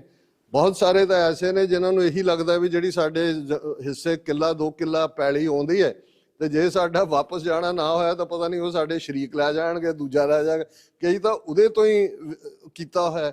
ਸੋ ਇਹ ਇੱਕ ਖੌਫ ਹੈ। ਔਰ ਦੂਸਰੀ ਤੁਸੀਂ ਇਹ ਦੇਖੋਗੇ ਵੀ ਜਿਨ੍ਹਾਂ ਗੁਰਦੁਆਰਿਆਂ 'ਚ ਪੰਥ ਦੀ ਗੱਲ ਹੁੰਦੀ ਹੈ, ਭਾਵੇਂ ਖਾਲਿਸਤਾਨ ਦੀ ਨਾ ਵੀ ਹੁੰਦੀ ਹੋਵੇ, ਉਹਨਾਂ 'ਚ ਹੀ ਲੜਾਈਆਂ ਵੀ ਕਰਵਾਈਆਂ ਜਾਂਦੀਆਂ, ਕਿਉਂਕਿ ਉਹ ਚਾਹੁੰਦੇ ਨੇ ਵੀ ਤੁਸੀਂ ਲੜੋ, ਜਿਹੜੇ ਤੁਹਾਡੇ ਸਾਧਨ ਕੋਈ ਸ਼ਹੀਦ ਪਰਿਵਾਰਾਂ ਦੀ ਸਾਂਭ ਸੰਭਾਲ ਸੇਵਾ 'ਚ ਜਾਣੇ ਨੇ ਉਹ ਤੁਹਾਡੇ ਲਿਟੀਗੇਸ਼ਨ ਤੇ ਲੱਗੇ, ਤੁਸੀਂ ਵਕੀਲਾਂ ਨੂੰ ਦਿਓ। ਸੋ ਇਹ ਹੈ ਪਾਰਟ ਤੁਹਾਡੇ ਇਟਲੀ 'ਚ ਮੈਨੂੰ ਲੱਗਦਾ ਥੋੜਾ ਜਿਹਾ ਜ਼ਿਆਦਾ ਹੈ। ਅਸੀਂ ਅਮਰੀਕਾ ਕੈਨੇਡਾ 'ਚ ਵੀ ਲੜਾਈਆਂ ਲੜੀਆਂ ਨੇ ਗੁਰਦੁਆਰਿਆਂ ਦੇ ਵਿੱਚ, ਕਿਉਂਕਿ ਤੁਹਾਨੂੰ ਹੈਰਾਨੀ ਹੋਏਗੀ ਜਿਹੜਾ ਸਭ ਤੋਂ ਪੁਰਾਣਾ ਗੁਰਦੁਆਰਾ ਜਿਵੇਂ ਨਾਰਥ ਅਮਰੀਕਾ ਦਾ ਜਿਹੜਾ ਸੰਤ ਤੇਜਾ ਸਿੰਘ ਜੀ ਨੇ ਬਣਾਇਆ, ਰੌਸ ਸਟਰੀਟ ਖਾਲਸਾ ਦੀਵਾਨ ਸੁਸਾਇਟੀ ਜਾਂ ਸਟਾਕਟਨ, 1982-83 ਚ ਹਾਲਾਤ ਉੱਥੇ ਇਹ ਸੀ ਕਿ ਨੰਗੇ ਸਿਰੋਂ ਅੰਦਰ ਜਾਂਦੇ ਸੀ, ਕਾਮਰੇਡਾਂ ਦੇ ਕੋਲ ਸੀਗੇ। ਸਾਡਾ ਨੁਕਸਾਨ ਹਕੂਮਤਾਂ ਨੇ ਤਾਂ ਜੋ ਕੀਤਾ ਹੀ ਕੀਤਾ ਹੈ। ਜਿਹੜੀ ਲੈਫਟਿਸਟ ਮੂਵਮੈਂਟ ਆਈ ਕਾਮਰੇਡਾਂ ਦੀ, ਉਹਨਾਂ ਨੇ, ਔਰ ਅੱਜ ਵੀ ਤੁਸੀਂ ਪੰਜਾਬ 'ਚ ਜੇ ਖਾਲਿਸਤਾਨ ਦੀ ਲਹਿਰ ਨੂੰ ਵੀ ਦੇਖੋ, ਕਿਵੇਂ ਉਹਨਾਂ ਨੇ ਕਾਮਰੇਡ ਸਰਕਾਰ ਦੇ ਨਾਲ ਹੀ ਧਿਰ ਸੀਗੇ। ਕਿਸ ਕਿਸਮ ਦੀ ਸਾਨੂੰ 2 ਫਰੰਟ ਤੇ ਲੜਾਈ ਲੜਨੀ ਪਈ ਵੀ ਉਹਨਾਂ ਦੇ ਨਾਲ। ਹਾਲਾਂ ਬੱਚੇ ਸਾਡੇ ਹੀ ਉਹ ਨੇ, ਉਹ ਵੀ ਇਹ ਨਹੀਂ ਹੈ ਕਿ ਵੀ ਜਿਹੜੀ ਨਕਸਲਾਈਟ ਮੂਵਮੈਂਟ ਚੱਲੀ ਉਹ ਵੀ ਤੁਰੇ ਤਾਂ ਜਸਟਿਸ ਲਈ ਸੀ ਕਿ ਵੀ ਸਟੇਟ ਦੇ ਨਾਲ ਟੱਕਰ, ਪਰ ਹੌਲੀ ਹੌਲੀ ਉਹਨਾਂ ਨੂੰ ਐਂਟੀ ਸਿੱਖ ਦੇ ਵਿੱਚ ਕਨਵਰਟ ਕਰ ਦਿੱਤਾ ਗਿਆ। ਸੋ ਇਹ ਨਾਲ ਰਹਿਣੇ ਨੇ, ਪਰ ਇਹਦੇ 'ਚ ਕੋਈ ਦੋ ਰਾਵਾਂ ਨਹੀਂ ਕਿ ਕਮੇਟੀਆਂ ਗੁਰਦੁਆਰਿਆਂ ਦੇ ਵਿੱਚ, ਜੇ ਸਾਨੂੰ ਲੱਗਦਾ ਹੈ ਵੀ ਸਾਡੀ ਸਟਰੈਂਥ ਗੁਰਦੁਆਰਿਆਂ 'ਚ ਹੈ ਤੇ ਸਾਡਾ ਦੁਸ਼ਮਣ ਬਾਤ ਕਰੇ ਅਨਹੋਣੀ, ਇਹ ਮੰਨ ਕੇ ਤੁਰਨਾ ਚਾਹੀਦਾ। ਜਦੋਂ ਬਹੁਤ ਵਾਰੀ ਅਸੀਂ ਕਹਿੰਦੇ ਨਾ ਜੀ ਸਰਕਾਰ ਨੇ ਸਾਡੇ ਨਾਲ ਆਹ ਕਰਤਾ, ਕਿਉਂ ਨਾ ਕਰਿਓ, ਦੁਸ਼ਮਣ ਹੈ। ਉਹਨਾਂ ਨੇ ਸਾਮ ਦਾਮ ਦੰਡ ਭੇਦ ਜਿਹੜੇ ਚਾਣਕਿਆ ਨੀਤੀ ਦੇ 4 ਹਥਿਆਰ ਨੇ ਉਹ ਉਹਨਾਂ ਨੇ ਲਾਗੂ ਕੀਤੇ ਹੋਏ ਨੇ, ਔਰ ਉਹਦੇ 'ਚ ਪੱਗਾਂ ਵਾਲੇ ਉਹਨਾਂ ਨੇ। ਆ ਹੁਣ ਤਰਨਜੀਤ ਸਿੰਘ ਸੰਧੂ, ਇਹਨੂੰ ਅਮਰੀਕਾ ਦੇ ਵਿੱਚ ਐਂਬੈਸਡਰ ਲਾਇਆ ਹੋਇਆ ਸੀ, 3 ਟਰਮਸ ਐਕਸਟੈਂਸ਼ਨ ਦਿੱਤੀਆਂ ਉਹਨੂੰ। ਹੁਣ ਜਿਹੜੀ USA ਦਾ ਐਂਬੈਸਡਰ ਹੁੰਦਾ ਬੜੀ ਪ੍ਰਾਈਸਡ ਪੋਜੀਸ਼ਨ ਹੁੰਦੀ ਹੈ। ਫਿਰ ਜਿਉਂ ਹੀ ਰਿਟਾਇਰ ਹੋਇਆ, ਵਿਦਿਨ 6 ਮੰਥ ਬੀਜੇਪੀ ਦਾ ਕੈਂਡੀਡੇਟ MP ਦਾ ਅੰਮ੍ਰਿਤਸਰ ਤੋਂ ਸੀ। ਹੁਣ ਤੁਸੀਂ ਅੰਦਾਜ਼ਾ ਲਾਓ ਕਿ ਮਾਸੀ ਦਾ ਪੁੱਤ ਨਹੀਂ ਉਹਨਾਂ ਦਾ, ਵੀ ਉਹ ਤੋਂ ਕੀ ਕੰਮ ਲਿਆ ਹੋਏਗਾ, ਅਮਰੀਕਾ 'ਚ ਰਹਿੰਦੇ ਆ ਕੀ ਕੀਤਾ ਹੋਏਗਾ। ਇਵੇਂ ਹੀ ਹਰਦੀਪ ਪੁਰੀ ਜਿਹੜਾ ਹੁਣ ਮਿਨਿਸਟਰ ਹੈ, ਇਹ ਇੰਡੀਆ ਦਾ ਪਰਮਾਨੈਂਟ ਐਂਬੈਸਡਰ ਸੀ UN ਦੇ ਵਿੱਚ ਉੱਥੇ, ਔਰ ਜਾਂਦੇ 6 ਮਹੀਨੇ ਦੇ ਵਿੱਚ ਹਾਲਾਂ ਹਾਰ ਵੀ ਗਿਆ ਇਲੈਕਸ਼ਨ ਅੰਮ੍ਰਿਤਸਰ ਤੋਂ, ਰਾਜ ਸਭਾ ਦਾ ਬਣਾਤਾ, ਪਹਿਲੀ ਕੈਬਨਿਟ 'ਚ ਵੀ ਮਿਨਿਸਟਰ ਦੂਜੇ। ਸੋ ਉਹਨਾਂ ਨੂੰ ਪੱਗਾਂ ਵਾਲੇ ਚਾਹੀਦੇ ਨੇ ਉੱਥੇ ਵੀ ਸ਼ੋਅ ਕਰਨ ਲਈ। ਹੁਣ ਉਹ ਬੁੱਚੜ ਬੇਅੰਤੇ ਦਾ ਪੋਤਾ ਲੁਧਿਆਣੇ ਦੇ ਵਿੱਚ ਜਿਹੜਾ ਹਾਰੇ ਨੂੰ ਮਿਨਿਸਟਰ ਬਣਾਉਣਾ, ਇਸ ਤੋਂ ਤੁਸੀਂ ਅੰਦਾਜ਼ਾ ਲਾਓ ਕੀ ਹੈ। ਉਹਨੂੰ ਅਲਟੀਮੇਟਲੀ ਉਹਨਾਂ ਪੰਜਾਬ ਦਾ ਚੀਫ ਮਿਨਿਸਟਰ ਬਣਾਉਣਾ।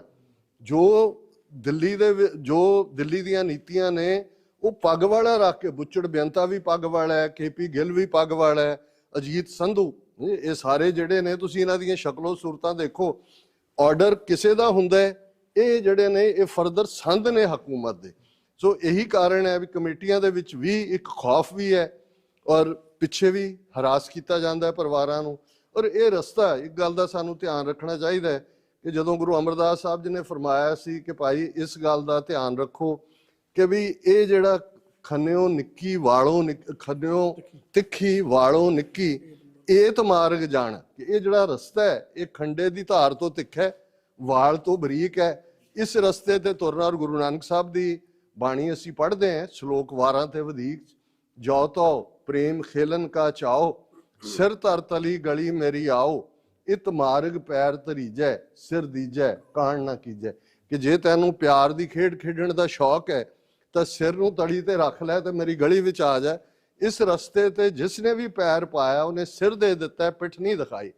ਪਰ ਇਸੇ ਸ਼ਲੋਕ ਤੋਂ ਅਗਲਾ ਸ਼ਲੋਕ ਤੁਸੀਂ ਦੇਖੋਗੇ, ਨਾਲ ਕਿਰਾੜਾ ਦੋਸਤੀ ਕੂੜਾ ਕੂੜੀ ਪਾਏ, ਮਰਨ ਨਾ ਜਾਪੇ ਮੂਲਿਆ ਆਵੇ ਕਿਸੇ ਥਾਂ। ਕਿ ਇੱਕ ਪਾਸੇ ਪਿਆਰ ਦੀ ਖੇਡ ਦੇ ਖਿਡਾਰੀ ਹੋਣਗੇ ਤੇ ਇੱਕ ਨਾਲ ਕਿਰਾੜਾ ਦੋਸਤੀ, ਕਿਰਾੜ ਬਿਰਤੀ ਹੁੰਦੀ ਹੈ ਬਣੀਆਂ ਬਿਰਤੀ, ਜਿਹਦੇ ਤੁਸੀਂ ਲਾਭ ਹਾਨ ਦੇਖਦੇ ਹੋ, ਤੁਹਾਨੂੰ ਵੀ ਮਿਲ ਜਾਣਗੇ ਜੀ। 1.5 ਲੱਖ ਮੁੰਡਾ ਮਰਵਾ ਲਿਆ ਜੀ, ਇੱਧਰ ਕਰ ਕੀ ਖੱਟਿਆ ਜੀ, ਇਹ ਬਾਣੀਏ ਨੇ ਸਾਰੇ ਜਿਹੜੇ ਖੱਟਣ। ਇਹ ਪ੍ਰੇਮ ਦੀ ਖੇਡ ਸਿੱਖੀ ਦੇ ਲਈ ਜਿਨ੍ਹਾਂ ਨੇ ਕੁਰਬਾਨੀਆਂ ਕੀਤੀਆਂ, ਇਤਿਹਾਸ ਸਿਰਜਿਆ ਉਹਨਾਂ ਨੇ। ਸੋ ਗੁਰੂ ਸਾਹਿਬ ਨੇ ਪ੍ਰੇਮ ਦੇ ਖਿਡਾਰੀਆਂ ਦੇ ਨਾਲ ਕਿਰਾੜਾਂ ਦਾ ਸ਼ਲੋਕ ਇਸ ਲਈ ਰੱਖਿਆ ਕਿ ਇੱਕ ਪਾਸੇ ਇਹ ਹੋਣਗੇ ਔਰ ਜਿਹੜਾ ਨਾਲ ਕਿਰਾੜਾਂ ਦੋਸਤੀ ਕੂੜਾ ਕੂੜੀ ਪਾਏ, ਵੀ ਜਿਹੜਾ ਇਸ ਸੋਚ ਦੇ ਵੱਲ ਜਾਏਗਾ ਉਹ ਕੂੜ ਦਾ ਪੱਲਾ ਫੜ ਰਿਹਾ ਤੇ ਕੂੜ ਦਾ ਅਖੀਰ ਐਂਡ ਹੁੰਦਾ। ਸੋ ਇਹ ਨਾਲ ਹੀ ਰਹਿਣੇ ਨੇ। ਗੁਰੂ ਤੋਂ ਸਾਨੂੰ ਇਹ ਮੰਗਣਾ ਬਣਦਾ ਕਿ ਹੇ ਸਤਿਗੁਰੂ ਰਹਿਮਤ ਕਰੋ, ਸਾਡੇ ਕਦਮ ਸਾਬਤ ਰਹਿਣ। ਸੇਵਾ ਗੁਰੂ ਨੇ ਲੈਣੀ ਹੁੰਦੀ ਹੈ। ਕੋਈ ਇਹ ਕਹੇ ਕਿ ਜੀ ਅਸੀਂ ਆਹ ਕਰਤਾ ਉਹ ਕਰਤਾ, ਇਹ ਨਹੀਂ ਹੈ। ਜਿਸ ਦੇ ਸਿਰ ਤੇ ਗੁਰੂ ਨੇ ਹੱਥ ਰੱਖਿਆ, ਮਸੰਦ ਦੁਨੀ ਚੰਦ ਵਰਗੇ ਕੰਧ ਟੱਪ ਕੇ ਭੱਜਿਆ ਤੇ ਭਾਈ ਬਚਿੱਤਰ ਸਿੰਘ ਨਾਟੇ ਕੱਦਾ, ਉਹਨੂੰ ਕਿਹਾ ਜੀ ਤੂੰ ਮਸਤ ਹਾਥੀ ਦਾ ਮੁਕਾਬਲਾ ਕਰ ਰਿਹਾ। ਮਹਾਰਾਜ ਹਾਥੀ ਕੀ, ਤੁਸੀਂ ਸ਼ੇਰਾਂ ਦੇ ਬਰਾਬਰ ਲੈ ਆਓ, ਤੁਹਾਡਾ ਸਿਰ ਤੇ ਹੱਥ ਹੋਣਾ ਚਾਹੀਦਾ। ਸੋ ਸਾਨੂੰ ਇਸੇ ਹੀ ਫੇਥ ਦੇ ਨਾਲ ਦੇਖੋ, ਸਾਡਾ ਈਮਾਨ, ਸਾਡੀ ਤਾਕਤ, ਸਾਡਾ ਫੇਥ ਹੈ।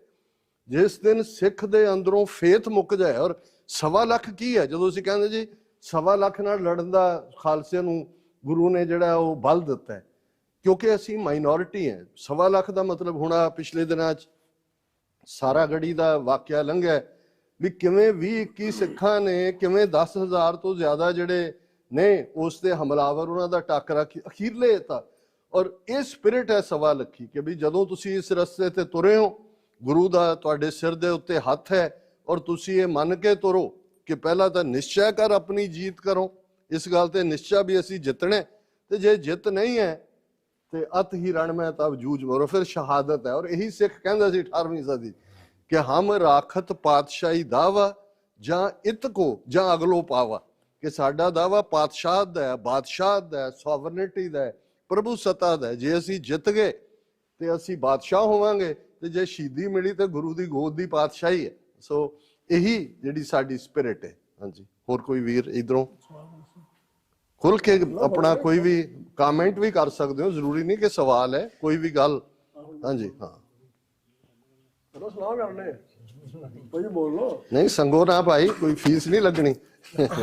ਵਾਹਿਗੁਰੂ ਜੀ ਖਾਲਸਾ, ਵਾਹਿਗੁਰੂ ਜੀ ਕੀ ਫਤਿਹ ਜੀ। ਬਸ ਸਵਾਲ ਸੇਮ ਹੀ, ਸਿਮਿਲਰ ਹੀ ਹੈ। ਥੋੜਾ ਨੇੜੇ ਕਰ ਲਓ। ਸਵਾਲ ਸਿਮਿਲਰ ਹੀ ਹੈ। ਜਿੱਦਾਂ ਭਾਈ ਹੋਰਾਂ ਨੇ ਕਿਹਾ ਕਿ ਅੱਜ ਕੱਲ ਚੱਲਦਾ ਏਦਾਂ ਪਿਆ ਕਿ ਇੱਕ ਪਾਸੇ ਆਪਾਂ ਕਹਿੰਦੇ ਆ ਕਿ ਫਲਾਣਾ ਬੰਦਾ ਸਹੀ ਨਹੀਂ ਹੈਗਾ, ਤੇ ਇੱਕ ਪਾਸੇ ਗੁਰੂ ਘਰਾਂ 'ਚ ਉਹੀ ਬੰਦੇ ਆਉਂਦੇ ਨੇ ਤੇ ਉਹਨਾਂ ਨੂੰ ਬੜਾ ਖੁਸ਼ੀ ਨਾਲ ਸਵਾਗਤ ਕੀਤਾ ਜਾਂਦਾ ਹੈ, ਸਰੋਪੇ ਪਾਏ ਜਾਂਦੇ ਨੇ। ਤੇ ਜੇ ਆਪਾਂ ਉਹਨਾਂ ਨੂੰ ਪਤਾ ਹੁੰਦੇ ਹੋਏ ਵੀ ਉਹਨਾਂ ਨੂੰ ਅਸੀਂ ਦੂਰ ਕਿਉਂ ਨਹੀਂ ਕਰਦੇ, ਉਹਨੂੰ ਨਜ਼ਦੀਕ ਕਰਨ ਦੇ ਬਜਾਏ ਉਹਨਾਂ ਨੂੰ ਲਿਮੀਨੇਟ ਕਿਉਂ ਨਹੀਂ ਕਰਦੇ? ਜੇ ਅਸੀਂ ਅੱਜ ਲਿਮੀਨੇਟ ਕਰਾਂਗੇ ਤੇ ਤਾਂ ਹੀ ਕੁਝ ਸਫਾਈ ਹੋਏਗੀ, ਨਹੀਂ ਤੇ ਇਦਾਂ ਹੀ ਚੱਲਦਾ ਰਹੇਗਾ। ਦੇਖੋ, ਐਲੀਮੀਨੇਟ ਲਫ਼ਜ਼ ਤੁਸੀਂ ਬੜਾ ਖਤਰਨਾਕ ਵਰਤਿਆ।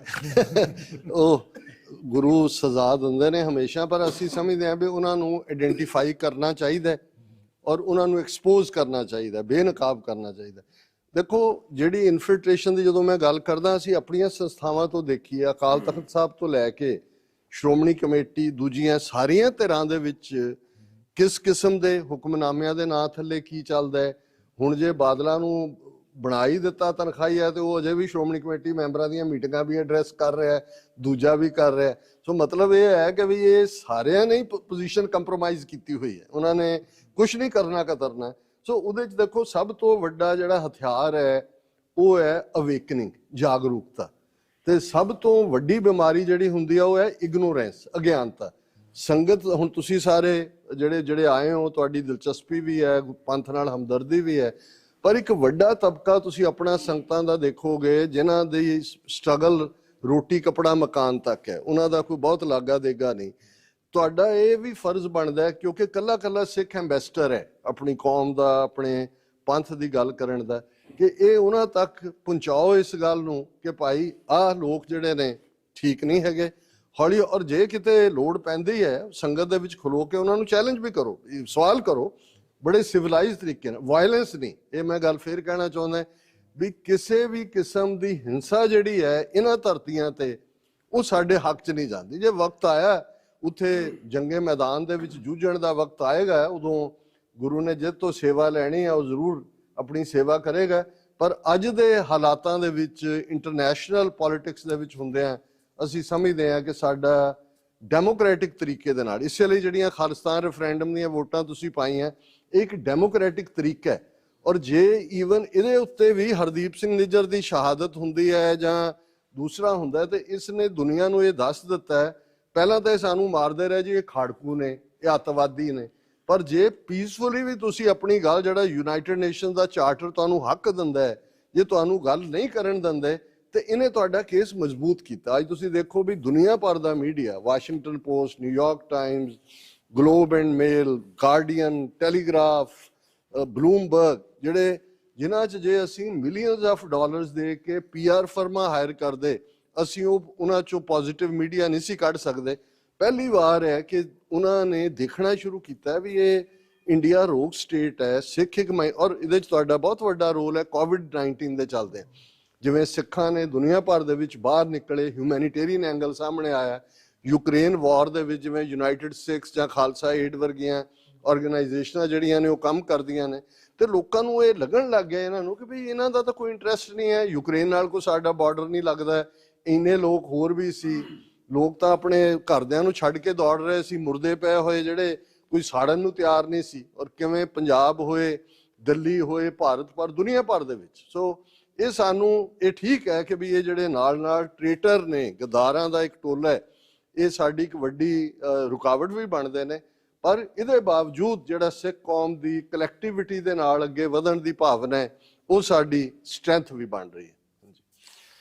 ਪ੍ਰੋਬਲਮ ਮੈਂ ਜਿੱਦਾਂ ਤੁਸੀਂ ਕਿਹਾ ਬਿਲਕੁਲ ਠੀਕ ਹੈ, ਪਰ ਲੇਕਿਨ ਅੱਜ ਦਾ ਸਮਾਂ ਇੱਦਾਂ ਚੱਲ ਰਿਹਾ ਕਿ ਸਾਡੇ ਬੰਦੇ ਆਪਸ ਦੇ ਵਿੱਚ ਹੀ, ਦੂਸਰਾ ਕੀ ਕਹਿ ਰਿਹਾ ਸਾਨੂੰ ਉਹਦਾ ਕੋਈ ਚੱਕਰ ਨਹੀਂ ਹੈਗਾ ਕਿ ਸਿੱਖਾਂ ਬਾਰੇ ਕੌਣ ਕੀ ਕਹਿ ਰਿਹਾ, ਹਿੰਦੂਆਂ ਚ ਜਾਂ ਦੂਸਰੇ ਕਹੀ, ਕਿਸੇ ਨੂੰ ਨਹੀਂ ਅਸੀਂ ਵੇਖਦੇ। ਪਰ ਮੇਨ ਚੀਜ਼ ਹੈ ਜਦੋਂ ਸਾਡੇ ਬੰਦੇ ਉੱਠ ਕੇ ਸਾਨੂੰ ਹੀ ਬਦਨਾਮ ਕਰੀ ਜਾਂਦੇ ਪਏ ਨੇ, ਉਹਨਾਂ ਦੇ ਲੋਕਾਂ ਦਾ ਮਤਲਬ ਕਿ ਕੀ ਕੀਤਾ ਜਾਵੇ। ਦੇਖੋ ਉਹਨਾਂ ਦੇ ਤਾਂ ਦਰਗਾਹ, ਬਾਬਾ ਜੀ ਨੇ ਕਿਹਾ ਕਿ ਗੁਰੂ ਘਰਾਂ ਵਿੱਚ ਅਸੀਂ ਕਮੇਟੀਆਂ ਬਣਾਈਆਂ, ਕਮੇਟੀਆਂ ਵਾਲੇ ਆਪਣੇ ਪਰਸਨਲ ਮੁੱਦੇ ਲੈ ਕੇ ਲੜਦੇ ਰਹਿੰਦੇ ਨੇ। ਤੇ ਜਦੋਂ ਤੁਸੀਂ ਆਪਸ ਦੇ ਵਿੱਚ ਇਕਮੁੱਠ ਨਹੀਂ ਹੋ ਸਕਦੇ, ਤੇ ਕਿੱਦਾਂ ਮਤਲਬ ਕਿ ਬਾਹਰਲੇ ਤੁਹਾਨੂੰ ਕਿੱਦਾਂ ਇਕਮੁੱਠ ਹੋਣ ਦੇਣਗੇ? ਨਹੀਂ, ਦੇਖੋ ਅਗੇਨ ਮੈਂ ਇਹੀ ਗੱਲ ਤੇ ਐਮਫਸਾਈਜ਼ ਕਰਨਾ ਚਾਹੁੰਦਾ ਹਾਂ ਵੀ ਹੁਣ ਜੇ ਪੰਥਕ ਏਜੰਡੇ ਦੀ ਗੱਲ ਕਰੀਏ, ਜੇ ਗੁਰੂ ਗ੍ਰੰਥ ਸਾਹਿਬ ਦੀ ਬੇਅਦਬੀ ਦੀਆਂ ਘਟਨਾਵਾਂ ਹੁੰਦੀਆਂ ਨੇ, ਕੌਮ ਇਮੋਸ਼ਨਲ ਟੂਗੈਦਰਨੈਸ ਦਿਖਾਉਂਦੀ ਹੈ। ਹੁਣ ਖਾਲਿਸਤਾਨ ਰੈਫਰੈਂਡਮ ਦੇ ਮੁੱਦੇ ਦੇ ਉੱਤੇ ਭਾਵੇਂ 36 ਧਿਰਾਂ ਸੀ ਹਰ ਥਾਂ ਦੇ ਉੱਤੇ, ਔਰ ਹਕੂਮਤ ਨੂੰ ਵੀ ਇਹ ਆਸ ਨਹੀਂ ਸੀ ਕਿ ਇੰਨੀ ਵੱਡੀ ਗਿਣਤੀ ਦੇ ਵਿੱਚ ਸਿੱਖ ਨਿਕਲਣਗੇ ਜਿਹੜੇ, ਜੇ ਤੁਸੀਂ ਪ੍ਰੋਟੈਸਟ ਰੱਖੋ ਤੇ ਜੇ 100 ਬੰਦਾ ਇਕੱਠਾ ਕਰਨਾ ਹੁੰਦਾ ਤਾਂ ਪੂਰਾ ਜ਼ੋਰ ਲੱਗਾ ਹੁੰਦਾ, ਲੇਕਿਨ ਹਜ਼ਾਰਾਂ ਦੀ ਗਿਣਤੀ 'ਚ ਲੋਕ ਆਪ ਮੁਹਾਰੇ ਆਏ।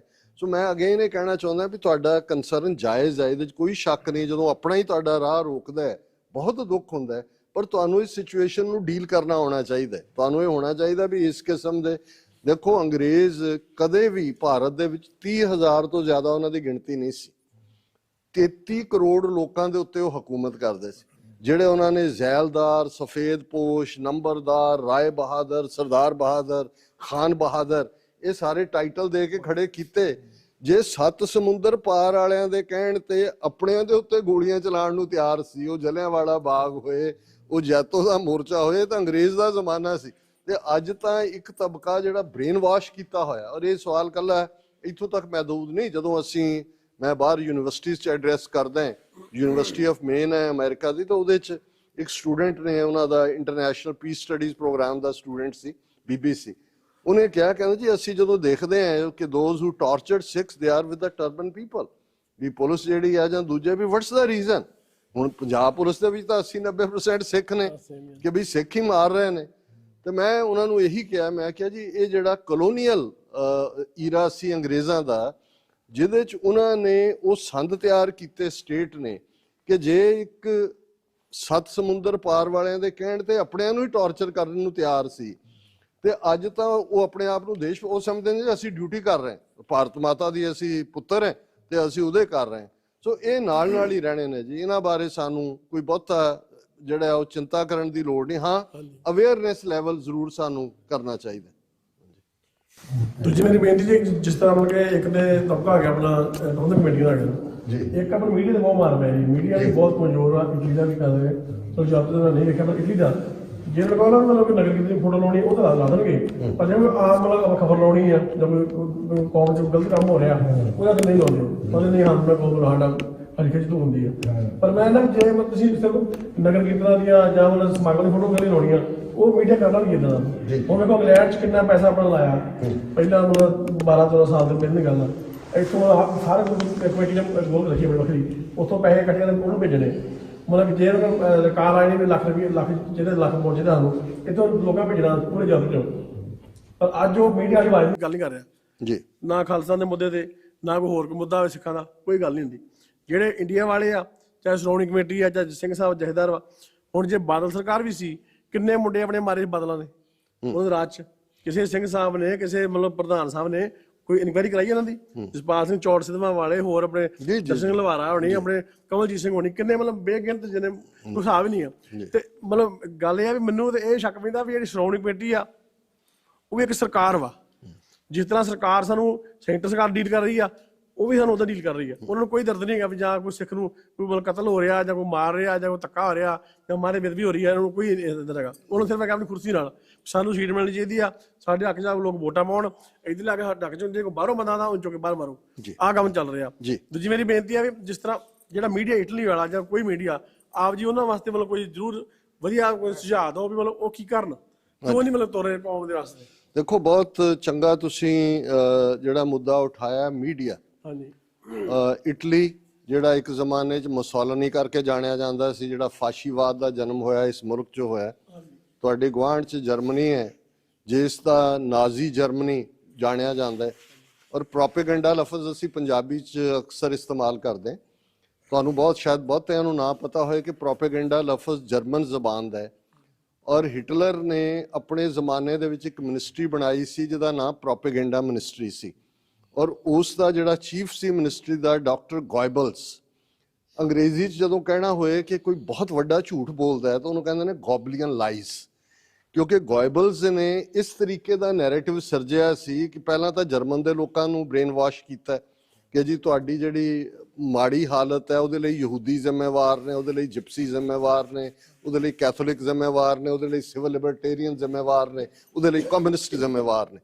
ਔਰ ਉਹਦੇ ਥੱਲੇ ਉਹਨਾਂ ਨੇ ਉਹ ਨੈਰੇਟਿਵ ਸਿਰਜਿਆ ਕਿ ਅੰਗਰੇਜ਼ਾਂ ਦਾ ਨੈਰੇਟਿਵ ਪਿੱਛੇ ਰਹਿ ਗਿਆ। ਔਰ ਉਹ ਜ਼ਮਾਨਾ ਸੀ ਕਿ ਸਾਡੇ ਬਰੇ ਸਗੀਰ 'ਚ, ਸਬ ਕੌਂਟੀਨੈਂਟ 'ਚ ਇੱਕ ਉਰਦੂ ਸ਼ਾਇਰ ਨੇ ਕਪਲੇਟ ਕਿਹਾ ਕਿ ਖੀंचो ना कमानों को ना तलवार निकालो, जब तोप मुकाबिल हो तो अखबार निकालो। उदों प्रिंट मीडिया का जमाना सी कि तोपां ते कमानां दे बराबर जे कोई पावरफुल वैपन है तो अखबार है, मीडिया। ਔਰ ਤੁਸੀਂ ਦੇਖੋਗੇ, ਤੁਸੀਂ ਤਾਂ ਇਟਲੀ ਦੇ ਹਵਾਲੇ ਨਾਲ ਗੱਲ ਕੀਤੀ, ਸਾਡੇ ਅਮਰੀਕਾ 'ਚ ਜਿਹੜਾ IP ਬਾਕਸ ਹੁੰਦੇ ਨੇ ਉਹਨਾਂ 'ਚ 400 ਪੰਜਾਬੀ ਚੈਨਲ ਨੇ, 400 ਮਿਨੀਮਮ। ਉਹਨਾਂ 'ਚ ਜੰਤਰੀ ਮੰਤਰੀ ਤੰਤਰੀ ਦੀਆਂ ਐਡਾਂ, ਕੋਈ ਤਾਂਤਰਿਕ ਬਣਿਆ ਹੋਇਆ, ਕੋਈ ਦੂਜਾ ਕਰ ਰਿਹਾ, ਤੀਜਾ ਕਰ ਰਿਹਾ, ਤੇ ਸਰਕਾਰੀ ਪ੍ਰੋਪੇਗੈਂਡਾ। ਉਹ ਜਦੋਂ ਉਹਨਾਂ ਨੂੰ ਈਵਨ ਸਿੱਖ ਪਰੇਡਸ ਹੁੰਦੀਆਂ ਨੇ, ਜਿਵੇਂ ਨਿਊਯਾਰਕ 'ਚ ਹੁੰਦੀ ਹੈ, ਜਾਂ ਯੂਬਾ ਸਿਟੀ ਹੁਣ ਨਵੰਬਰ ਦੇ ਪਹਿਲੇ ਹਫਤੇ ਵੱਡਾ ਇਕੱਠ ਹੋਣਾ ਹੈ, ਜਾਂ ਕੈਨੇਡਾ 'ਚ ਹੁੰਦਾ ਹੈ, ਜਿਹੜੇ ਫਲੋਟ ਆਮ ਲੰਗਰ ਦੇ ਨੇ ਉਹਨੂੰ ਦਿਖਾਣਗੇ। ਜਿਉਂ ਹੀ ਕੋਈ ਖਾਲਿਸਤਾਨ ਦਾ ਫਲੋਟ ਜਾਂ ਸ਼ਹੀਦਾਂ ਦੀਆਂ ਤਸਵੀਰਾਂ ਵਾਲਾ ਹੋਏ ਤਾਂ ਉਦੋਂ ਐਡਾਂ ਲਾ ਦੇਣਗੇ, ਕਿਉਂਕਿ ਇਹ ਸਾਰੇ ਹੀ ਸਰਕਾਰ ਦੇ ਰਹਿਮੋ ਕਰਮ ਤੇ ਚੱਲਦੇ ਨੇ। ਔਰ ਇਸ ਗੱਲ ਨੂੰ ਰਿਅਲਾਈਜ਼ ਕਰਦੇ ਹਾਂ ਕਿਉਂਕਿ ਪਹਿਲਾਂ ਅਸੀਂ ਪ੍ਰਿੰਟ ਪੇਪਰ ਚੜ੍ਹਦੀ ਕਲਾ ਇੰਟਰਨੈਸ਼ਨਲ, ਤੁਸੀਂ ਦੇਖਿਆ ਹੋਏਗਾ, ਸਰੀ ਤੋਂ ਛਪਦਾ ਸੀ। ਮੈਂ ਉਹਦੇ ਐਡੀਟੋਰੀਅਲ ਬੋਰਡ ਦਾ ਚੀਫ 25 ਸਾਲ, ਹੁਣ ਕੋਵਿਡ ਤੋਂ ਬਾਅਦ ਉਹ ਦੁਬਾਰਾ ਪ੍ਰਿੰਟ 'ਚ ਨਹੀਂ ਆਇਆ, ਮੈਂ ਉਹਦਾ ਐਡੀਟੋਰੀਅਲ ਚੀਫ ਸੀ। ਔਰ ਅਸੀਂ ਕਿਉਂਕਿ ਉੱਥੇ ਉਹਨਾਂ ਨੇ ਇੰਡੋ ਕੈਨੇਡੀਅਨ ਅਖਬਾਰ ਤਾਰਾ ਹੇਅਰ ਦਾ, ਤੁਸੀਂ ਉਹਦੇ ਤੋਂ ਵਾਕਫ ਹੋਵੋਗੇ, ਉਹ ਖੜਾ ਕੀਤਾ ਉਹਦਾ ਪ੍ਰਿੰਟ 'ਚ ਜਵਾਬ ਦੇਣ ਦੇ ਲਈ। ਜਦੋਂ 90ਵਿਆਂ ਦੇ ਅਖੀਰ 'ਚ ਇਹਨਾਂ ਨੇ ZTV, ਅਲਫਾ, ਇਹ ਉਹ ਲਿਆਂਦਾ ਔਰ ਘਰ ਘਰ 'ਚੋਂ ਸਾਰਾ ਰਮਾਇਣ ਮਹਾਭਾਰਤ, ਉਦੋਂ ਅਸੀਂ ਇਹ ਮਹਿਸੂਸ ਕੀਤਾ ਵੀ ਨਹੀਂ, ਇਹਨਾਂ ਦਾ ਕਾਊਂਟਰ ਕਰਨ ਲਈ ਸਾਨੂੰ ਹੁਣ ਇਲੈਕਟ੍ਰੋਨਿਕ ਮੀਡੀਆ 'ਚ ਆਉਣਾ ਪਏਗਾ। TV 84 ਦੀ ਸ਼ੁਰੂਆਤ ਦਸੰਬਰ 2012 ਦੇ ਵਿੱਚ ਹੋਈ। ਲਗਭਗ 12 ਸਾਲ ਤੋਂ ਅਸੀਂ ਇਹਨੂੰ ਰਨ ਕਰ ਰਹੇ ਹਾਂ। ਬਹੁਤ ਐਕਸਪੈਂਸਿਵ ਪ੍ਰੋਪੋਜੀਸ਼ਨ ਹੈ, 35 ਤੋਂ 40 ਹਜ਼ਾਰ American dollar per month expense ਹੈ। ਸਾਡਾ 24 ਆਵਰ ਚੈਨਲ ਹੈ। ਪੰਜਾਬ 'ਚੋਂ ਵੀ ਸਾਡਾ ਬਿਊਰੋ ਹੈ, ਕੈਨੇਡਾ 'ਚ ਹੈ, ਔਰ ਯੂਰਪ 'ਚ। ਹੁਣ ਮੈਂ ਪਿਛਲੇ 3-4 ਹਫ਼ਤੇ ਪਹਿਲਾਂ ਇੰਗਲੈਂਡ ਸੀ, ਸਿੱਖ ਫੈਡਰੇਸ਼ਨ UK ਦੀ ਐਨੀਵਰਸਰੀ ਸੀ 40 ਸਾਲ ਹੈ। ਤੇ ਅਸੀਂ ਕੋਸ਼ਿਸ਼ ਕਰਾਂਗੇ ਕਿ ਵੀ ਕਿਉਂਕਿ ਇੱਥੇ ਅਸੀਂ ਅਫੋਰਡ ਨਹੀਂ, ਜਿਵੇਂ ਹੁਣ ਪੋਲਿਟਿਕਸ ਪੰਜਾਬ ਚੱਲਦਾ ਹੈ, ਹੁਣ 40-50 ਹਜ਼ਾਰ ਪੌਂਡ ਦੇਣਾ ਪੈਂਦਾ, ਈਜ਼ੀ ਨਹੀਂ ਹੈ। ਔਰ ਇਹੀ ਕਾਰਨ ਹੈ ਕਿ ਜੇ ਉਹਨਾਂ 400 ਚੈਨਲ ਜਿਹੜੇ ਉੱਥੇ ਨੇ ਉਹਨਾਂ ਦਾ ਮੁਕਾਬਲਾ ਕਰਨ ਲਈ 2-3 ਚੈਨਲ ਨੇ, ਸੋ ਉਹਦੇ 'ਚ ਇਹ ਤਾਂ ਜਿਹੜੇ, ਔਰ ਇੱਕ ਸਾਡਾ ਫੈਸਲਾ ਇਹ ਸੀ ਜਦੋਂ ਅਸੀਂ ਸ਼ੁਰੂ ਕੀਤਾ ਵੀ ਕੋਈ ਜੰਤਰੀ ਮੰਤਰੀ ਤੰਤਰੀ ਦੀ ਅਸੀਂ ਐਡ ਨਹੀਂ ਦੇਣੀ ਕਿਸੇ ਦੀ ਵੀ। ਹੁਣ ਜਿਹੜਾ ਧਨਾੜ ਸਿੱਖ ਆ ਉਹ ਵੈਸੇ ਹੀ ਡਰਦਾ ਐਡ ਦੇਣ ਤੋਂ, ਔਰ ਲੈ ਦੇ ਕੇ ਕਿਰਤੀ ਗੁਰਸਿੱਖ ਵੀਰ ਭੈਣਾਂ ਨੇ ਜਿਨ੍ਹਾਂ ਦੇ ਮਦਦ ਦੇ ਨਾਲ ਇਹ ਚੱਲਦਾ ਹੈ ਕੰਮ। ਪਰ ਉਹਦੇ 'ਚ ਅਸੀਂ ਇਹ ਦੇਖਾਂਗੇ ਆਉਣ ਵਾਲੇ ਪੀਰੀਅਡਸ ਕਿ ਵੀ ਯੂਰਪ ਦੇ ਵਿੱਚ ਜੇ ਅਸੀਂ ਇਨਕਲੂਡਿੰਗ ਇਟਲੀ ਕੋਈ ਇਸ ਕਿਸਮ ਦਾ ਪਾਰਟ ਬਣੇ ਜਿੱਥੇ ਕਿ ਸਾਡਾ ਕੋਈ ਬਿਊਰੋ ਵੀ ਬਣ ਜਾਏ, ਇੱਥੋਂ ਵੀ ਅਸੀਂ ਉਹਨੂੰ ਦੇ ਸਕੀਏ ਟੈਲੀਕਾਸਟ, ਇਹ ਜ਼ਰੂਰ ਹੋਏਗਾ। ਪਰ ਕਿਉਂਕਿ ਇਹ ਸਾਰੇ ਜਿਹੜੇ ਨੇ ਇਹ ਵਿਕੇ ਹੋਏ ਨੇ ਜਾਂ ਇਹਨਾਂ 'ਚ ਦਮਖਮ ਨਹੀਂ ਹੈ, ਇਹਨਾਂ ਨੇ ਪੈਸੇ ਬਣਾਉਣੇ ਨੇ। ਦੇਖੋ ਇਹ ਜਿਹੜਾ ਪੈਸੇ ਬਣਾਉਣ ਵਾਲਾ ਕੰਮ ਹੁੰਦਾ ਹੈ ਨਾ, ਇਹਦੇ 'ਚ ਤੁਸੀਂ ਸਿਧਾਂਤਕ ਪੋਜੀਸ਼ਨ ਨਹੀਂ ਲੈ ਸਕਦੇ ਕਦੇ ਵੀ, ਤੇ ਇਹ ਘਬਰਾਉਂਦੇ ਨੇ ਇਹ ਸਾਰੇ ਤੋਂ। ਤੇ ਇਹ ਤੁਹਾਡੇ ਆਪਣੇ ਚੈਨਲ ਹੀ ਨੇ, ਉਹ ਪੋਲਿਟਿਕਸ ਪੰਜਾਬ ਹੈ, TV 84 ਹੈ, ਜਾਂ ਕੋਈ ਇੱਕ ਅੱਧਾ ਹੋਰ ਹੋਏਗਾ ਜਿਨ੍ਹਾਂ ਨੂੰ ਜਿਹੜਾ ਇਸ ਪਾਸੇ ਦਾ ਫਿਕਰ ਹੈ ਕਿ ਭਾਈ ਕੌਮ ਦਾ ਅਸੀਂ ਨੈਰੇਟਿਵ ਸਿਰਜਣਾ। ਤੁਸੀਂ ਕੁਝ ਕਹਿਣਾ ਚਾਹੁੰਦੇ? ਵਾਹਿਗੁਰੂ ਜੀ ਕਾ ਖਾਲਸਾ ਵਾਹਿਗੁਰੂ ਜੀ ਕੀ ਫਤਿਹ। ਇਹ ਮੈਂ ਇਹ ਗੱਲ ਕਰਨੀ ਚਾਹੁੰਦਾ ਜੀ, ਜਿਵੇਂ ਆਪਣੇ ਕੌਮ ਆ ਜੀ, ਕੌਮ 'ਚ ਬਹੁਤ ਯੋਧੇ ਆ, ਕੁਰਬਾਨੀ ਵੀ ਦੇ ਦਿੰਦੇ ਆ। ਉਹਨਾਂ ਨੇ ਜਿਨ੍ਹਾਂ ਨੇ ਕੁਰਬਾਨੀਆਂ ਦਿੱਤੀਆਂ ਹੋਈਆਂ, ਹੁਣ ਅਸੀਂ ਜੇ ਉਹਨਾਂ ਦੇ ਪਰਿਵਾਰਾਂ ਦਾ ਹਾਲ ਦੇਖਦੇ ਆ ਤੇ ਜਿਹੜਾ ਸਾਡਾ ਵੀ ਦਿਲ ਕਰਦਾ ਕੌਮ ਦੇ ਪ੍ਰਤੀ ਕੋਈ ਜਜ਼ਬਾ ਰੱਖਦੇ ਆ, ਅਸੀਂ ਵੀ ਥੋੜਾ ਜਿਹਾ ਬੈਕਫੁੱਟ ਤੇ ਆ ਜਾਂਦੇ ਕਿਸੇ ਡਰ ਕਾਰਨ। ਕਿਉਂਕਿ ਕੋਈ ਵੀ ਸਿੱਖ ਸੰਸਥਾ ਨਹੀਂ, ਜਾਂ ਮੈਂ ਤਾਂ ਦੇਖੀ ਨਹੀਂ ਜਾਂ ਸੁਣੀ ਨਹੀਂ, ਹੋ ਸਕਦਾ ਹੁਣ ਵੀ ਕਿਤੇ ਗਲਤ ਵੀ ਹੋ ਸਕਦੇ ਹਾਂ ਅਸੀਂ, ਵੀ ਇਹੋ ਜਿਹੀਆਂ ਸੰਸਥਾਵਾਂ ਵੀ ਨਾਲ ਤੋਰੀਆਂ ਜਾਣ ਜਿਹੜੀਆਂ ਆਪਣੇ ਕੋਈ ਸਿੱਖ ਕੌਮ ਦੇ ਯੋਧੇ ਆ ਜਾਂ ਉਹਨਾਂ ਦੇ ਪਰਿਵਾਰ ਆ, ਉਹਨਾਂ ਦੀ ਕੋਈ ਮਦਦ ਹੋ ਸਕੇ, ਜਿਨ੍ਹਾਂ ਵੱਲ ਵੇਖ ਕੇ ਵੀ ਕਿਸੇ ਦਾ ਵੀ ਮਨ ਡੋਲੇ ਨਾ ਵੀ ਜੇ ਮੈਂ ਕੁਛ ਕਰਤਾ ਤੇ ਵੀ ਮੇਰਾ ਪਰਿਵਾਰ ਨੂੰ ਕੋਈ ਡਿਫਿਕਲਟੀ ਆਊ ਜਾਂ ਰੁਲ ਜੂਗਾ। ਜੀ ਜੀ, ਬਿਲਕੁਲ ਤੁਸੀਂ ਠੀਕ ਨੁਕਤੇ ਤੇ ਗੱਲ ਕੀਤੀ ਹੈ। ਜਦੋਂ ਮੈਂ ਪਿੱਛੇ ਮੁੜ ਕੇ ਦੇਖਦਾ 4 ਦਹਾਕਿਆਂ ਦਾ ਜਾਂ 40 ਸਾਲਾਂ ਦਾ ਸਫ਼ਰ ਸਾਡੇ ਸੰਘਰਸ਼ ਦਾ, ਜਿਹੜੀਆਂ 2 ਵੱਡੀਆਂ ਫੇਲਿਅਰਸ ਜਾਂ ਅਸਫਲਤਾਵਾਂ ਸਾਡੀਆਂ ਰਹੀਆਂ, ਇੱਕ ਤਾਂ ਜਿਵੇਂ ਮੈਂ ਮੀਡੀਆ ਦੀ ਗੱਲ ਕਰਕੇ ਹਟਿਆ ਕਿ ਵੀ ਸਾਡੇ ਕੋਲ ਕੋਈ ਸਾਧਨ ਜਰੀਆ ਨਹੀਂ ਸੀ ਸਰਕਾਰੀ ਪ੍ਰੋਪੇਗੈਂਡੇ ਦਾ ਜਵਾਬ ਦੇਣ ਦਾ। ਇਸ ਲਈ ਅੱਜ ਵੀ ਸਿੱਖਾਂ 'ਚ ਇੱਕ ਤਬਕਾ ਹੋਏਗਾ ਜਦੋਂ ਕਹਿਣਗੇ ਜੀ ਕਾਲਾ ਦੌਰ ਸੀ ਜੀ, ਅੱਤਵਾਦ ਦਾ ਦੌਰ ਸੀ, ਫਲਾਣਾ ਅੱਤਵਾਦ, ਕਿਉਂਕਿ ਇਹ ਦੁਸ਼ਮਣ ਦਾ ਨੈਰੇਟਿਵ ਹੈ। ਅਸੀਂ ਉਹਨਾਂ ਨੂੰ ਫਰੀडम ਫਾਈਟਰ ਜਾਂ ਯੋਧੇ ਜਾਂ ਦੂਜੇ, ਤੇ ਉਹੀ ਵਿਕਿਆ। ਦੂਸਰੀ ਸਾਡੀ ਵੱਡੀ ਫੇਲਿਅਰ ਰਹੀ, ਸ਼ਾਇਦ ਉਹਦੇ ਮੈਂ ਕਾਰਨ ਵੀ ਐਕਸਪਲੇਨ ਕਰਾਂਗਾ, ਉਹ ਸੀ ਕਿ ਸ਼ਹੀਦ ਪਰਿਵਾਰਾਂ ਦੀ ਸਾਂਭ ਸੰਭਾਲ ਨਾ ਹੋ ਸਕਣ। ਵੈਸੇ ਇਹ ਗੱਲ ਠੀਕ ਨਹੀਂ ਹੈ ਕਿ ਵੀ ਕਿਸੇ ਦੀ ਨਹੀਂ ਹੋਈ, ਪਰ ਵੋਲਿਊਮ ਇੰਨਾ ਜ਼ਿਆਦਾ ਸੀ। ਜੇ ਹੁਣ ਮੈਕਸਿਮਮ ਕਿਲਿੰਗਸ ਜਿਹੜੀਆਂ ਨੇ ਉਹ 1992 ਤੋਂ 1994-95 ਤੱਕ ਹੋਈਆਂ, ਬੇਨਤੇ ਬੁੱਚੜ ਔਰ ਦੂਜੇ, ਔਰ ਜਸਟਿਸ ਅਜੀਤ ਸਿੰਘ ਬੈਂਸ ਜਿਹੜੇ ਹੁਣ ਚੜ੍ਹਾਈ ਕਰ ਗਏ, ਜਿਨ੍ਹਾਂ ਨੇ ਪਹਿਲੀ ਪੰਜਾਬ ਹਿਊਮਨ ਰਾਈਟਸ ਆਰਗੇਨਾਈਜੇਸ਼ਨ ਬਣਾਈ PHRO, ਉਹਨਾਂ ਦਾ ਕਹਿਣਾ ਸੀ ਕਿ 50,000 ਨੌਜਵਾਨ ਮਾਰੇ ਨੇ ਇਸ ਪੀਰੀਅਡ। ਸਰ ਜਸਵੰਤ ਸਿੰਘ ਖਾਲੜਾ ਜਿਹੜੇ ਬਹੁਤ ਵੱਡੀ ਆਈਕੋਨਿਕ ਫਿਗਰ ਨੇ, ਜਿਨ੍ਹਾਂ ਦੀ 6 ਸਤੰਬਰ 1995 ਨੂੰ ਸ਼ਹਾਦਤ ਹੁੰਦੀ ਹੈ, ਘਰੋਂ ਚੁੱਕ ਲਿਆ ਜਾਂਦਾ ਹੈ, ਉਹਨਾਂ ਨੇ ਸਿਰਫ ਅੰਮ੍ਰਿਤਸਰ ਜ਼ਿਲ੍ਹੇ ਦੇ 3 ਸ਼ਮਸ਼ਾਨ ਘਾਟਾਂ, ਤਰਨਤਾਰਨ ਪੱਟੀ ਤੇ ਦੁਰਗਿਆਣਾ ਮੰਦਿਰ, ਉਹਦੇ ਤੇ ਹੀ ਬੇਸਡ ਉਹਨਾਂ ਨੇ 25,000 ਅਣਪਛਾਤੀਆਂ ਲਾਸ਼ਾਂ ਦੀ ਗੱਲ ਕੀਤੀ ਸੀ। ਤੇ ਜੇ ਤੁਸੀਂ ਅੱਜ ਪੰਜਾਬ ਦੇ 21-22 ਜ਼ਿਲ੍ਹੇ ਨੇ, ਉਦੋਂ 13-14 ਜ਼ਿਲ੍ਹੇ ਸੀ, ਦੇਖੋ ਤੇ ਇਹ ਰਫਲੀ ਫਿਗਰ 1.5 ਲੱਖ ਤੋਂ ਬਿਯੋਂਡ ਚਲੀ ਜਾਂਦੀ ਹੈ। ਹੁਣ ਇਹਨਾਂ ਹਾਲਾਤਾਂ 'ਚ ਜਿਸ ਲੈਵਲ ਦੇ ਉੱਤੇ ਜਿਹੜੇ ਤਾਂ ਪ੍ਰੋਮੀਨੈਂਟ ਸਿੰਘ ਸਨ, ਉਹਨਾਂ 'ਚ ਤਾਂ ਮਦਦ ਕਈ ਵਾਰੀ ਲੋੜ ਤੋਂ ਜ਼ਿਆਦਾ ਗਈ, ਜਿਹੜੇ ਵੱਡੇ ਪਰਿਵਾਰ, ਔਰ ਉਹਦੇ 'ਚ ਸਗੋਂ ਪੈਸਾ ਝਗੜੇ ਦਾ ਵੀ ਕਾਰਨ ਬਣਿਆ। ਕਈ ਥਾਂ ਤੇ ਕੋਈ ਸਹੁਰਾ ਲੈ ਕੇ ਬਹਿ ਗਿਆ, ਕੋਈ ਦੂਜਾ ਹੋ ਗਿਆ, ਕਈ ਵਾਰੀ ਬੀਬੀ ਜਿਹੜੀ ਹੈ ਉਹ ਵਿਚਾਰੀ ਪੇਕੇ ਆ ਕੇ ਬਹਿ ਗਈ ਦੂਜੇ। ਇਹ ਇੱਕ ਹਕੀਕਤ ਹੈ। ਔਰ ਇਹੀ ਰੀਜ਼ਨ ਸੀ, ਮੈਨੂੰ ਯਾਦ ਹੈ ਕਿ ਵੀ ਇੱਥੇ PHRO ਤੋਂ ਬਾਅਦ ਇੱਕ ਸੰਸਥਾ ਹਿਊਮਨ ਰਾਈਟਸ ਦੀ ਬਣੀ, IHRO, international human rights organisation. DS Gill ਉਹਦੇ ਪ੍ਰੈਜ਼ੀਡੈਂਟ ਸੀ, ਲੁਧਿਆਣਾ ਬੇਸਡ ਸੀਗੇ, ਉਹ ਆਏ 1992 ਦੀ ਗੱਲ ਹੈ। ਤੇ ਮੈਂ ਉਹਨਾਂ ਨੂੰ ਕਿਹਾ ਜੀ ਤੁਸੀਂ ਜੇ ਇਵੇਂ ਕਰੋ ਕਿ ਵੀ ਸਾਨੂੰ ਪੰਜਾਬ 'ਚੋਂ ਘੱਟੋ ਘੱਟ ਲਿਸਟਾਂ ਦੇ ਦਿਓ ਉਹਨਾਂ ਪਰਿਵਾਰਾਂ ਦੀ ਜਿਹੜੇ ਲੋੜਵੰਦ ਨੇ। ਔਰ ਅਸੀਂ, ਮੈਂ ਕਿਹਾ ਵੀ ਡਾਇਰੈਕਟਲੀ ਪੈਸੇ ਦੇ ਮਾਮਲੇ 'ਚ ਨਹੀਂ ਆਉਣਾ ਚਾਹੁੰਦੇ, ਕਿਉਂਕਿ ਉਦੋਂ ਤੱਕ 84 ਤੋਂ 95 ਤੱਕ ਇੱਕ ਪ੍ਰਭਾਵ ਬਾਹਰ ਬਣ ਗਿਆ ਸੀ, ਖਾ ਗਏ, ਭਾਵੇਂ ਕਿਸੇ ਨੇ ਖਾਧੇ ਨਹੀਂ ਖਾਧੇ ਤਾਂ ਗੁਰੂ ਜਾਣਦਾ, ਲੇਕਿਨ ਇਹ ਇੱਕ ਲਿਬਰਲ ਵਾਲਾ ਕੰਮ ਹੋ ਗਿਆ ਸੀ ਕਿ ਜੇ ਤੁਸੀਂ ਫਾਈਨੈਂਸ਼ੀਅਲੀ ਡੀਲ ਕਰਦੇ ਹੋ ਹੁੰਦਾ ਸੀ ਜੀ ਉਹਨੇ ਉੱਥੇ ਕੋਠੀ ਬਣਾ ਲਈ, ਉਹਨੇ ਇਹ ਕਰ ਲਿਆ। ਸੋ ਅਸੀਂ ਉਹਨਾਂ ਨੂੰ ਕਿਹਾ ਕਿ ਜੀ ਤੁਸੀਂ ਸਾਡੀ ਇੰਨੀ ਕੁ ਮਦਦ ਕਰੋ ਕਿ ਜੇ ਤੁਸੀਂ ਲਿਸਟਾਂ ਦੇ ਦਿਓ ਜਿਹੜੇ ਪਰਿਵਾਰ ਇੱਥੇ ਮਦਦ ਕਰਨਾ ਚਾਹੁੰਦੇ ਨੇ, ਅਸੀਂ ਉਹਨਾਂ ਨੂੰ ਉਹਨਾਂ ਦੇ ਐਡਰੈਸ ਸਿੱਧੇ ਦੇ ਦਿਆਂਗੇ ਕਿ ਵੀ ਤੁਸੀਂ ਉਹਨਾਂ ਦੇ ਨਾਲ ਸਿੱਧਾ ਡੀਲ ਕਰੋ। ਚਲੋ ਉਹਨਾਂ ਨੇ ਕੁਝ ਕੰਮ ਕੀਤਾ, ਅਸੀਂ ਉਹਨਾਂ ਤੱਕ ਮਦਦ ਪਹੁੰਚਾਈ ਵੀ। ਫਿਰ ਮਾਤਾ ਗੁਜਰੀ ਸਹਾਰਾ ਟਰਸਟ, ਬੀਬੀ ਸੋਹਣਜੀਤ ਔਰ ਬੀਬੀ ਸੰਦੀਪ ਕੌਰ ਕਾਸ਼ਤੀਵਾਲ, ਜਿਹੜੀ ਧਰਮ ਸਿੰਘ ਕਾਸ਼ਤੀਵਾਲ ਦੀ, ਇਹਨਾਂ ਨੇ ਜ਼ਿਲ੍ਹਾ ਪਟਿਆਲਾ ਦੇ ਵਿੱਚ ਬਾਬਾ ਬਲਕਾਰ ਸਿੰਘ ਕਰਕੇ ਸਨ, ਉਹਨਾਂ ਦੇ ਨਾਲ ਸ਼ੁਰੂ ਕੀਤਾ। ਉੱਥੇ ਉਹਨਾਂ ਦੇ ਬੱਚਿਆਂ ਦੀ ਸਾਂਭ। ਉਸ ਤੋਂ ਪਹਿਲਾਂ ਬੀਬੀ ਧਾਮੀ ਚੰਡੀਗੜ੍ਹ ਦੇ ਨੇੜੇ, ਉਦੋਂ ਵੀ ਹੈਲਪ ਹੋਈ ਉਹਨਾਂ ਦੀ ਜਿੰਨੀ ਕੁ ਵੀ, ਪਰ ਅਖੀਰ ਉਹ ਦੋ ਬੀਬੀਆਂ ਵੀ ਆਪਸ 'ਚ ਲੜ ਪਈਆਂ, ਇੱਕ ਜਿਹੜੀ ਨੇ ਉੱਥੇ ਔਰ ਦੂਜੀ ਬੀਬੀ ਸੰਦੀਪ ਕੌਰ ਨੇ ਫਿਰ ਅੰਮ੍ਰਿਤਸਰ 'ਚ ਆਪਣਾ ਸ਼ੁਰੂ ਕੀਤਾ। ਹਾਂਜੀ, ਸੋ ਇਸੇ ਤਰ੍ਹਾਂ ਜਿਵੇਂ ਹੁਣ ਸਰ ਜਸਪਾਲ ਸਿੰਘ ਬੈਂਸ ਹੋਰਾਂ ਦੀ ਆਰਗੇਨਾਈਜੇਸ਼ਨ ਸਿੱਖ ਰਿਲੀਫ ਹੈ, ਉਹ ਵੀ ਮਦਦ ਕਰਦੇ ਨੇ। ਹੋਰ ਵੀ ਹੁਣ ਜਦੋਂ ਸੋਸ਼ਲ ਮੀਡੀਆ ਆ ਗਿਆ, ਸੋਸ਼ਲ ਮੀਡੀਆ ਨੇ ਥੋੜਾ ਜਿਹਾ ਸੌਖਾ ਕਰ ਦਿੱਤਾ। ਜਦੋਂ ਵੀ ਕੋਈ ਆਪਣਾ ਅਪੀਲ ਪਾਉਂਦਾ ਹੈ ਕਿ ਭਾਈ ਫਲਾਂ ਬਿਮਾਰ ਹੈ, ਪਰ ਮੈਂ ਤੁਹਾਡੀ ਇਸ ਗੱਲ ਨਾਲ ਸਹਿਮਤ ਹਾਂ ਕਿ ਵੀ ਨੁਕਸਾਨ ਇੰਨਾ ਜ਼ਿਆਦਾ ਸੀ। ਤੇ ਇੱਥੋਂ ਦੇ ਜਥੇਬੰਦਕ ਢਾਂਚੇ 'ਚ ਦੇਖੋ ਕਿੰਨੇ ਨੇ ਜਿਹੜੇ, ਹੁਣ ਮੈਂ ਇੱਕ ਮੈਡੀਕਲ ਬੈਕਗਰਾਊਂਡ ਦੇ ਨਾਲ ਆਪਣੀ ਜ਼ਿੰਦਗੀ ਸ਼ੁਰੂ ਕੀਤੀ ਫੁੱਲ ਟਾਈਮ 1991 'ਚ ਜਦੋਂ ਪੰਥਕ ਕਮੇਟੀ ਬਣੀ, 4 ਜੁਝਾਰੂ ਜਥੇਬੰਦੀਆਂ ਸੀ, ਉਹਦਾ ਮੈਂ ਸਪੋਕਸ ਪਰਸਨ ਦੀ ਸੇਵਾ ਪਿੱਛੇ ਸਿੰਘਾਂ ਨੇ ਲਾਈ। ਤੇ ਅਸੀਂ ਇਹ ਫੈਸਲਾ ਕਰ ਲਿਆ ਵੀ ਇਹ ਕੋਈ ਪਾਰਟ ਟਾਈਮ ਕੰਮ ਨਹੀਂ ਹੈ, ਇਹ ਤੁਹਾਨੂੰ ਆਪਣੀ ਜ਼ਿੰਦਗੀ ਦੇ 'ਚ ਹੀ ਲਾਣੀ ਪੈਣੀ ਹੈ। ਅਸੀਂ ਉਸ ਰਸਤੇ ਨੂੰ ਚੁਣਿਆ ਹੈ ਨਾ। ਇਵੇਂ ਹੀ ਹੋਰ ਵੀ ਵੀਰ ਹੋਣਗੇ, ਪਰ ਗਿਣਤੀ ਦੇ ਨੇ, ਬਹੁਤ ਗਿਣਤੀ ਦੇ। ਤੇ ਇਹ ਇੰਨਾ ਵੱਡਾ ਨੁਕਸਾਨ ਹੋਇਆ ਜਿਸ ਲੈਵਲ ਦੇ ਉੱਤੇ, ਉੱਥੇ ਤੱਕ ਪਹੁੰਚ। ਫਿਰ ਹਰਾਸਮੈਂਟ ਵੀ ਸੀ, ਜਿਹੜੇ ਕਿਤੇ ਹੋਏ ਜਿਨ੍ਹਾਂ ਨੇ ਕੁਝ ਮਦਦ ਕਰਨ ਦੀ ਕੋਸ਼ਿਸ਼ ਕੀਤੀ, ਮੁੜ ਕੇ ਉਹਨਾਂ ਨੂੰ ਚੁੱਕ ਕੇ ਲੈ ਜਾਣਾ ਉਹਨਾਂ ਨੇ, ਪੁਲਿਸ ਨੇ ਵੀ ਤੁਹਾਡੇ ਅਕਾਊਂਟ 'ਚ ਆਏ ਨੇ, ਚਲੋ ਜਾ ਕੇ ਅਕਾਊਂਟ 'ਚੋਂ ਕਢਾਓ, ਉਹ ਲੁੱਟ ਕੇ। ਸੋ ਚੈਲੰਜਸ ਰਹੇ ਨੇ, ਲੇਕਿਨ ਮੈਂ ਸਹਿਮਤ ਹਾਂ ਕਿ ਵੀ ਇਸ ਗੱਲ ਨੇ, ਹੁਣ ਹੁੰਦਾ ਇਹ ਸੀ ਜੇ ਕੋਈ ਪੁਲਸੀਆ ਮਾਰਿਆ ਗਿਆ ਸਿੰਘਾਂ ਹੱਥੋਂ, ਉਹਦੇ ਮੁੰਡੇ ਨੂੰ ਤਾਂ ਸਿੱਧਾ ASI ਲਾਇਆ ਹੁੰਦਾ ਸੀ। ਤੇ ਇੱਧਰ ਜਿਹੜਾ ਸਿੰਘ ਸ਼ਹੀਦ ਹੋਇਆ, ਉਹਨਾਂ ਦੇ ਬੱਚਿਆਂ ਨੂੰ ਜਾਂ ਦੂਜਿਆਂ ਨੂੰ ਆਪਣੇ ਰਿਸ਼ਤੇਦਾਰ ਵੀ ਚੜ ਜਾਂਦੇ ਸੀ।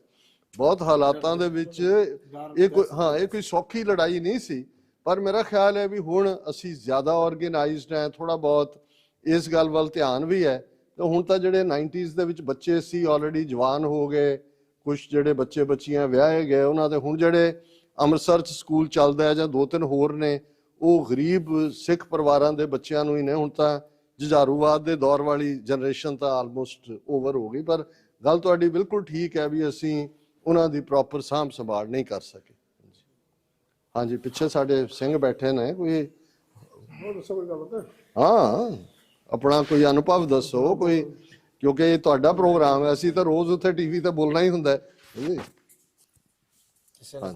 ਹਾਂਜੀ ਹਾਂਜੀ, ਵਾਹਿਗੁਰੂ ਜੀ ਕਾ ਖਾਲਸਾ, ਵਾਹਿਗੁਰੂ ਜੀ ਕੀ ਫਤਿਹ। ਬਾਬਾ ਜੀ, ਮੇਰਾ ਸੀਗਾ ਇੱਕ ਕੁਐਸਚਨ, ਜਿੱਦਾਂ ਅਸੀਂ ਚਲੋ ਸਿੱਖ ਇਤਿਹਾਸ ਬਾਰੇ ਅਸੀਂ ਪੜ੍ਹਦੇ ਹਾਂ ਜਾਂ ਸਾਨੂੰ ਬੁੱਕਸ ਜਾਂ ਮੂਵੀਜ਼ ਤੋਂ ਪਤਾ ਲੱਗਦਾ ਆ, ਜਿੱਦਾਂ ਹੁਣ ਭਾਈ ਜਸਵੰਤ ਸਿੰਘ ਖਾਲੜਾ, ਭਾਈ ਬਲਵਿੰਦਰ ਸਿੰਘ ਜਟਾਣਾ, ਇਹਨਾਂ ਦੇ ਮਤਲਬ ਕੋਈ ਵੀ ਇਹਨਾਂ ਦੇ ਜਿੱਦਾਂ ਕੋਈ ਵੀ ਇਹਨਾਂ ਤੇ ਮੂਵੀ ਬਣਦੀ ਉਹਨੂੰ ਬੈਨ ਕਰ ਦਿੱਤਾ ਜਾਂਦਾ। ਜਿੱਦਾਂ ਹੁਣ ਭਾਈ ਜਸਵੰਤ ਸਿੰਘ ਖਾਲੜਾ ਜੀ ਤੇ ਸੀਗੀ ਬਾਇਓਪਿਕਸ ਉਹਨਾਂ ਦੀ, ਹਾਂਜੀ, ਉਹ ਤੇ ਬੈਨ ਹੋਈ ਪਈ ਆ, ਉਹ ਤੇ ਕੱਟ ਲੱਗ ਰਹੇ ਆ, 120 ਕੱਟ ਲਾਤੇ ਹੋਏ ਆ ਜੀ। ਤੇ ਇੱਥੇ ਕਿਉਂ ਨਹੀਂ ਕੋਈ ਮਤਲਬ ਕਮੇਟੀਆਂ, ਜਿੱਦਾਂ ਆਪਾਂ ਅਕਾਲ ਤਖਤ ਸਾਹਿਬ ਜਾਂ ਸ਼੍ਰੋਮਣੀ ਕਮੇਟੀ ਕਹਿੰਦੇ ਨੇ, ਜਾਂ ਕਿਉਂ ਨਹੀਂ ਇੱਥੇ ਕੋਈ ਕੱਜ? ਜਿੱਦਾਂ ਹੁਣ ਕੰਗਣਾ ਰਣੌਤ, ਉਹਦੀ ਕੋਈ ਵੀ ਮੂਵੀ ਆ ਮਿੰਟਾਂ 'ਚ ਰਿਲੀਜ਼ ਕਰ ਦਿੰਦੇ ਆ, ਠੀਕ ਆ, ਉਹ 'ਚੋਂ ਕਿੰਨਾ ਕੁਛ ਉਹ ਗਲਤ ਬੋਲਦੀ ਹੈ, ਉਹ ਚੀਜ਼ਾਂ ਤੇ ਨਹੀਂ ਕਰਦੇ, ਉਹ ਮੂਵੀ ਰਿਲੀਜ਼ ਵੀ ਕਰਤੀ। ਇਹਨਾਂ ਤੇ ਕਿਉਂ ਮਤਲਬ ਕਿਉਂ ਨਹੀਂ ਕੋਈ ਕੁਛ ਕਰ ਰਿਹਾ ਇਹਨਾਂ ਤੇ ਹਾਲੇ ਤੱਕ? ਦੇਖੋ, ਇਹ ਗੱਲ ਬਾਰ-ਬਾਰ ਫਿਰ ਉਹੀ ਕਹਿਣੀ ਬਣਦੀ ਹੈ। Akali Dal, Shiromani committee, Delhi committee, Haryana committee, Takht Hazur Sahib committee, Takht Patna Sahib committee, ਇਹ ਇੰਡੀਅਨ ਗਵਰਨਮੈਂਟ ਦੀਆਂ ਐਕਸਟੈਂਸ਼ਨਸ ਨੇ, ਐਕਸਟੈਂਸ਼ਨ ਤਾਰਾਂ ਨੇ। ਇਹਨਾਂ ਤੋਂ ਕੋਈ ਤਵੱਕੋ ਕਰਨੀ, ਕੋਈ ਆਸ ਕਰਨੀ ਕਿ ਇਹਨਾਂ 'ਚੋਂ ਕੁਛ ਨਿਕਲਣਾ, ਬਿਲਕੁਲ ਨਹੀਂ। ਹਾਂ, ਇੰਨਾ ਜ਼ਰੂਰ, ਹੁਣ ਤੁਸੀਂ ਦੇਖੋ ਜੱਗੀ ਜੌਲ 7 ਸਾਲ ਤੋਂ ਝੂਠੇ ਕੇਸ ਪਾ ਕੇ, ਉਹਦਾ ਕਸੂਰ ਕੀ? ਨੈਵਰ ਫੋਰਗੇਟ 84 ਵੈਬਸਾਈਟ ਉਹਨਾਂ ਨੇ ਕ੍ਰੀਏਟ ਕੀਤਾ, ਜਿਹਦੇ 'ਚ ਕਿ ਇਤਿਹਾਸ ਸਾਂਭਿਆ ਜਾਏ, ਸ਼ਹੀਦ ਸਿੰਘਾਂ ਦੀਆਂ ਪਿਕਚਰਸ ਤੇ ਉਹਨਾਂ ਦੀ ਬਾਇਓਗ੍ਰਾਫੀ ਬਰੀਫ, ਔਰ ਕਿਵੇਂ ਉਲਝਾਇਆ ਗਿਆ। ਸੋ ਉਹਦੇ 'ਚ ਇਹ ਜ਼ਰੂਰ ਹੈ ਕਿ ਵੀ ਇਹ ਭਾਵੇਂ ਉੱਥੇ ਬੈਨ ਵੀ ਲੱਗਦਾ ਹੈ, ਜਿਵੇਂ ਉਹਨਾਂ ਨੇ ਪਹਿਲਾਂ ਵੀ, ਇਹ ਨਹੀਂ ਹੈ ਕਿ ਵੀ ਹੁਣ ਜਿਵੇਂ ਅਣਖੀ ਯੋਧੇ ਸ਼ਾਇਦ ਉਹਨੇ ਰਾਜ ਕਾਕੜੇ ਨੇ ਬਣਾਈ ਸੀ ਬੇਅੰਤ ਸਿੰਘ ਸਤਵੰਤ ਸਿੰਘ ਦੇ ਉੱਤੇ, ਸ਼ਹੀਦ ਬੇਅੰਤ ਸਿੰਘ ਸਤਵੰਤ ਸਿੰਘ, ਉੱਥੇ ਬੈਨ ਕਰ, ਪਰ ਬਾਹਰ ਚੱਲੀ। ਸਾਡੇ ਹੱਕ ਜਾਂ ਸਾਡਾ ਹੱਕ ਜਿਹੜੀ ਹੈ ਪਹਿਲੀ ਬਹੁਤ ਅੱਛੀ ਮੂਵੀ ਜਿਹੜੀ ਸਾਹਮਣੇ ਆਈ, ਉਸ ਤੋਂ ਬਾਅਦ ਹੋਰ ਬਣਨ ਲੱਗੀਆਂ ਹੁਣ ਇਸ ਬਾਇਓਪਿਕਸ, ਔਰ ਉਹਨੇ ਬਿਜ਼ਨਸ ਵੀ ਕੀ। ਦੇਖੋ, ਜਿਹੜੇ ਲੋਕ ਫਿਲਮਾਂ ਬਣਾਉਂਦੇ ਨੇ, ਜਿਹੜੇ ਪ੍ਰੋਡਿਊਸਰ ਹੁੰਦੇ ਨੇ, ਉਹ ਮਨੀ ਲਾਉਂਦੇ ਨੇ, ਉਹਨਾਂ ਦਾ ਕੰਮ ਉਹਦੇ 'ਚੋਂ ਮਨੀ ਰਿਟਰੀਵ ਕਰਨਾ ਹੁੰਦਾ ਨਾ, ਕੋਈ ਹਮਦਰਦੀ ਵਾਲਾ ਹੁੰਦਾ ਹੈ। ਹੁਣ ਪਹਿਲੀ ਜਿਹੜੀ ਫਿਲਮ ਸਾਡੇ ਸੰਘਰਸ਼ ਨਾਲ, ਹਾਲਾਂ ਪੂਰਾ ਇਨਸਾਫ ਨਹੀਂ ਸੀ ਕੀਤਾ। ਹੁਣ ਗੁਲਜ਼ਾਰ, ਤੁਸੀਂ ਫਿਲਮੀ ਦੁਨੀਆ ਤੋਂ ਵਾਕਿਫ ਹੋ, ਗੁਲਜ਼ਾਰ ਰਾਖੀ ਕਪਲ ਹੈ। ਮਾਚਿਸ਼ ਫਿਲਮ ਜੇ ਤੁਹਾਨੂੰ ਕਦੇ ਦੇਖਣ ਦਾ ਇੰਟਰਨੈਟ ਤੇ ਵੀ ਹੈਗੀ। ਹੁਣ ਕਿਉਂਕਿ ਗੁਲਜ਼ਾਰ ਬਹੁਤ ਵੱਡਾ ਨਾਂ ਸੀ, ਹਾਲਾਂਕਿ ਸਿੱਖਾਂ ਦਾ ਮੁੰਡਾ, ਸੰਪੂਰਨ ਸਿੰਘ ਕਾਲਰਾ ਇਹਦਾ ਨਾਂ ਹੈ, ਔਰ ਇਹ ਸਿਰ ਮੂੰਹ ਮਰਾ ਕੇ ਜਿਹੜਾ ਉਹ ਜਾ ਕੇ ਉੱਥੇ ਗੁਲਜ਼ਾਰ ਬਣ ਗਿਆ। ਪਰ ਕਿਉਂਕਿ ਉਰਦੂ ਦਾ ਸ਼ਾਇਰ ਔਰ ਦੂਜਾ ਬਹੁਤ ਵੱਡਾ ਨਾਂ ਹੈ ਗੁਲਜ਼ਾਰ ਦਾ ਫਿਲਮ ਇੰਡਸਟਰੀ, ਔਰ ਉਹਨੂੰ ਵੀ ਉਹਦੇ ਵਿਚਲਾ ਸੁੱਤਾ ਸਿੱਖ ਵੀ ਕਿਤੇ ਜਾਗਿਆ, ਉਹਨੂੰ ਲੱਗਾ ਕਿ ਵੀ, ਔਰ ਉਸ ਕਿਸਮ ਦਾ ਬੰਦਾ ਹੈ ਜਿਹੜਾ ਬਿਲਕੁਲ ਉਹਨਾਂ ਦੀ ਜਿਹੜੀ ਆ ਲਾਈਨ ਲੈਂਦਾ। ਉਹਦਾ ਵੀ ਇੰਨੀ ਵਿਰੋਧਤਾ ਹੋਈ, ਮਾਚਿਸ਼ ਦੇ ਉੱਤੇ ਵੀ ਪਾਬੰਦੀ ਲਾਉਣ ਦੀ ਗੱਲ ਹੋਈ, ਪਰ ਮਾਚਿਸ਼ 'ਚ ਇੰਨਾ ਜ਼ਬਰਦਸਤ ਆਰਟ ਵਰਕ ਵੀ ਸੀ। ਔਰ ਜੇ ਕੋਈ ਕਲਾਕਾਰ ਵੀ ਕੰਮ ਲਈ ਤਿਆਰ ਹੋਏ, ਜਿਵੇਂ ਤੱਬੂ ਸੀ, ਉਹ ਮੁਸਲਮਾਨ ਕੁੜੀ ਹੈ ਹੈਦਰਾਬਾਦ ਦੀ ਜਾਂ ਦੂਜੇ, ਸੋ ਮਤਲਬ ਇਹ ਹੈ ਕਿ ਪਰ ਉਹਨੇ ਇੱਕ ਟ੍ਰੈਂਡ ਸੈੱਟ ਕੀਤਾ। ਫਿਰ ਸ਼ਾਇਦ ਅਮਿਤੋਜ ਮਾਨ ਨੇ ਹਵਾਏਂ ਬਣਾਈ। ਹੁਣ ਤੁਸੀਂ ਹਾਲ ਦੇਖੋ, ਕਿਉਂਕਿ ਮੈਂ ਕੁਦਰਤੀ ਟੋਰਾਂਟੋ ਸੀ ਉਹਨਾਂ ਦਿਨ ਜਿੱਥੇ ਆਇਆ ਹੋਇਆ ਸੀ, ਤੇ ਘਰ 'ਚ ਡਿਨਰ ਸੀ ਉੱਥੇ, ਬਲਕਰਨ ਸਿੰਘ ਗਿੱਲ ਨੇ ਉਹਨਾਂ ਦੇ ਨਾਲ, ਅਮਿਤੋਜ ਮਾਨ ਵੀ, ਤੇ ਉਹਨੇ ਕਿਹਾ ਵੀ, ਉਹਨੇ ਆਪਣਾ ਤਜਰਬਾ ਦੱਸਿਆ। ਮੈਂ ਕਿਹਾ ਜੀ, ਕਹਿੰਦੇ ਦਿੱਲੀ ਰਿਲੀਜ਼ ਹੋਣੀ ਸੀ ਥੀਏਟਰਸ ਦੇ ਵਿੱਚ, ਔਰ ਦਿੱਲੀ ਦੇ ਸਿੱਖਾਂ ਦਾ ਵਫਦ, ਉਹਨਾਂ ਦੀ ਗੁਰਦੁਆਰਾ ਕਮੇਟੀਆਂ ਦਾ, ਉਹ ਆਇਆ, ਕਹਿਣ ਲੱਗੇ ਜੀ ਤੁਸੀਂ ਵੈਸੇ ਜਿੰਨੇ ਪੈਸੇ ਲੱਗੇ ਸੀ ਇੱਥੇ ਨਾ ਤੁਸੀਂ ਇਹਨੂੰ ਰਿਲੀਜ਼ ਕਰਾਓ। ਕਹਿੰਦੇ, ਮੈਂ ਕਿਹਾ ਵੀ ਕਿਉਂ? ਕਹਿੰਦਾ ਜੀ ਜ਼ਖਮ ਪਹਿਲਾਂ ਹੀ ਜਿਹੜੇ ਨੇ ਉਹ ਹੋਰ ਭੜਕਾਟ ਪੈਦਾ ਹੋਏਗੀ, ਹੋਰ ਇੱਕ ਖੌਫ ਔਰ ਡਰ, ਔਰ ਇਹਨੂੰ ਤੋੜਿਆ ਸਾਡਾ ਹੱਕ ਨੇ, ਜਿਹਦੇ 'ਚ ਕਿ ਫਿਰ ਟੌਪ ਦੇ ਆਏ ਔਰ ਉਹਨੇ ਬਿਜ਼ਨਸ ਵੀ ਕੀਤੇ।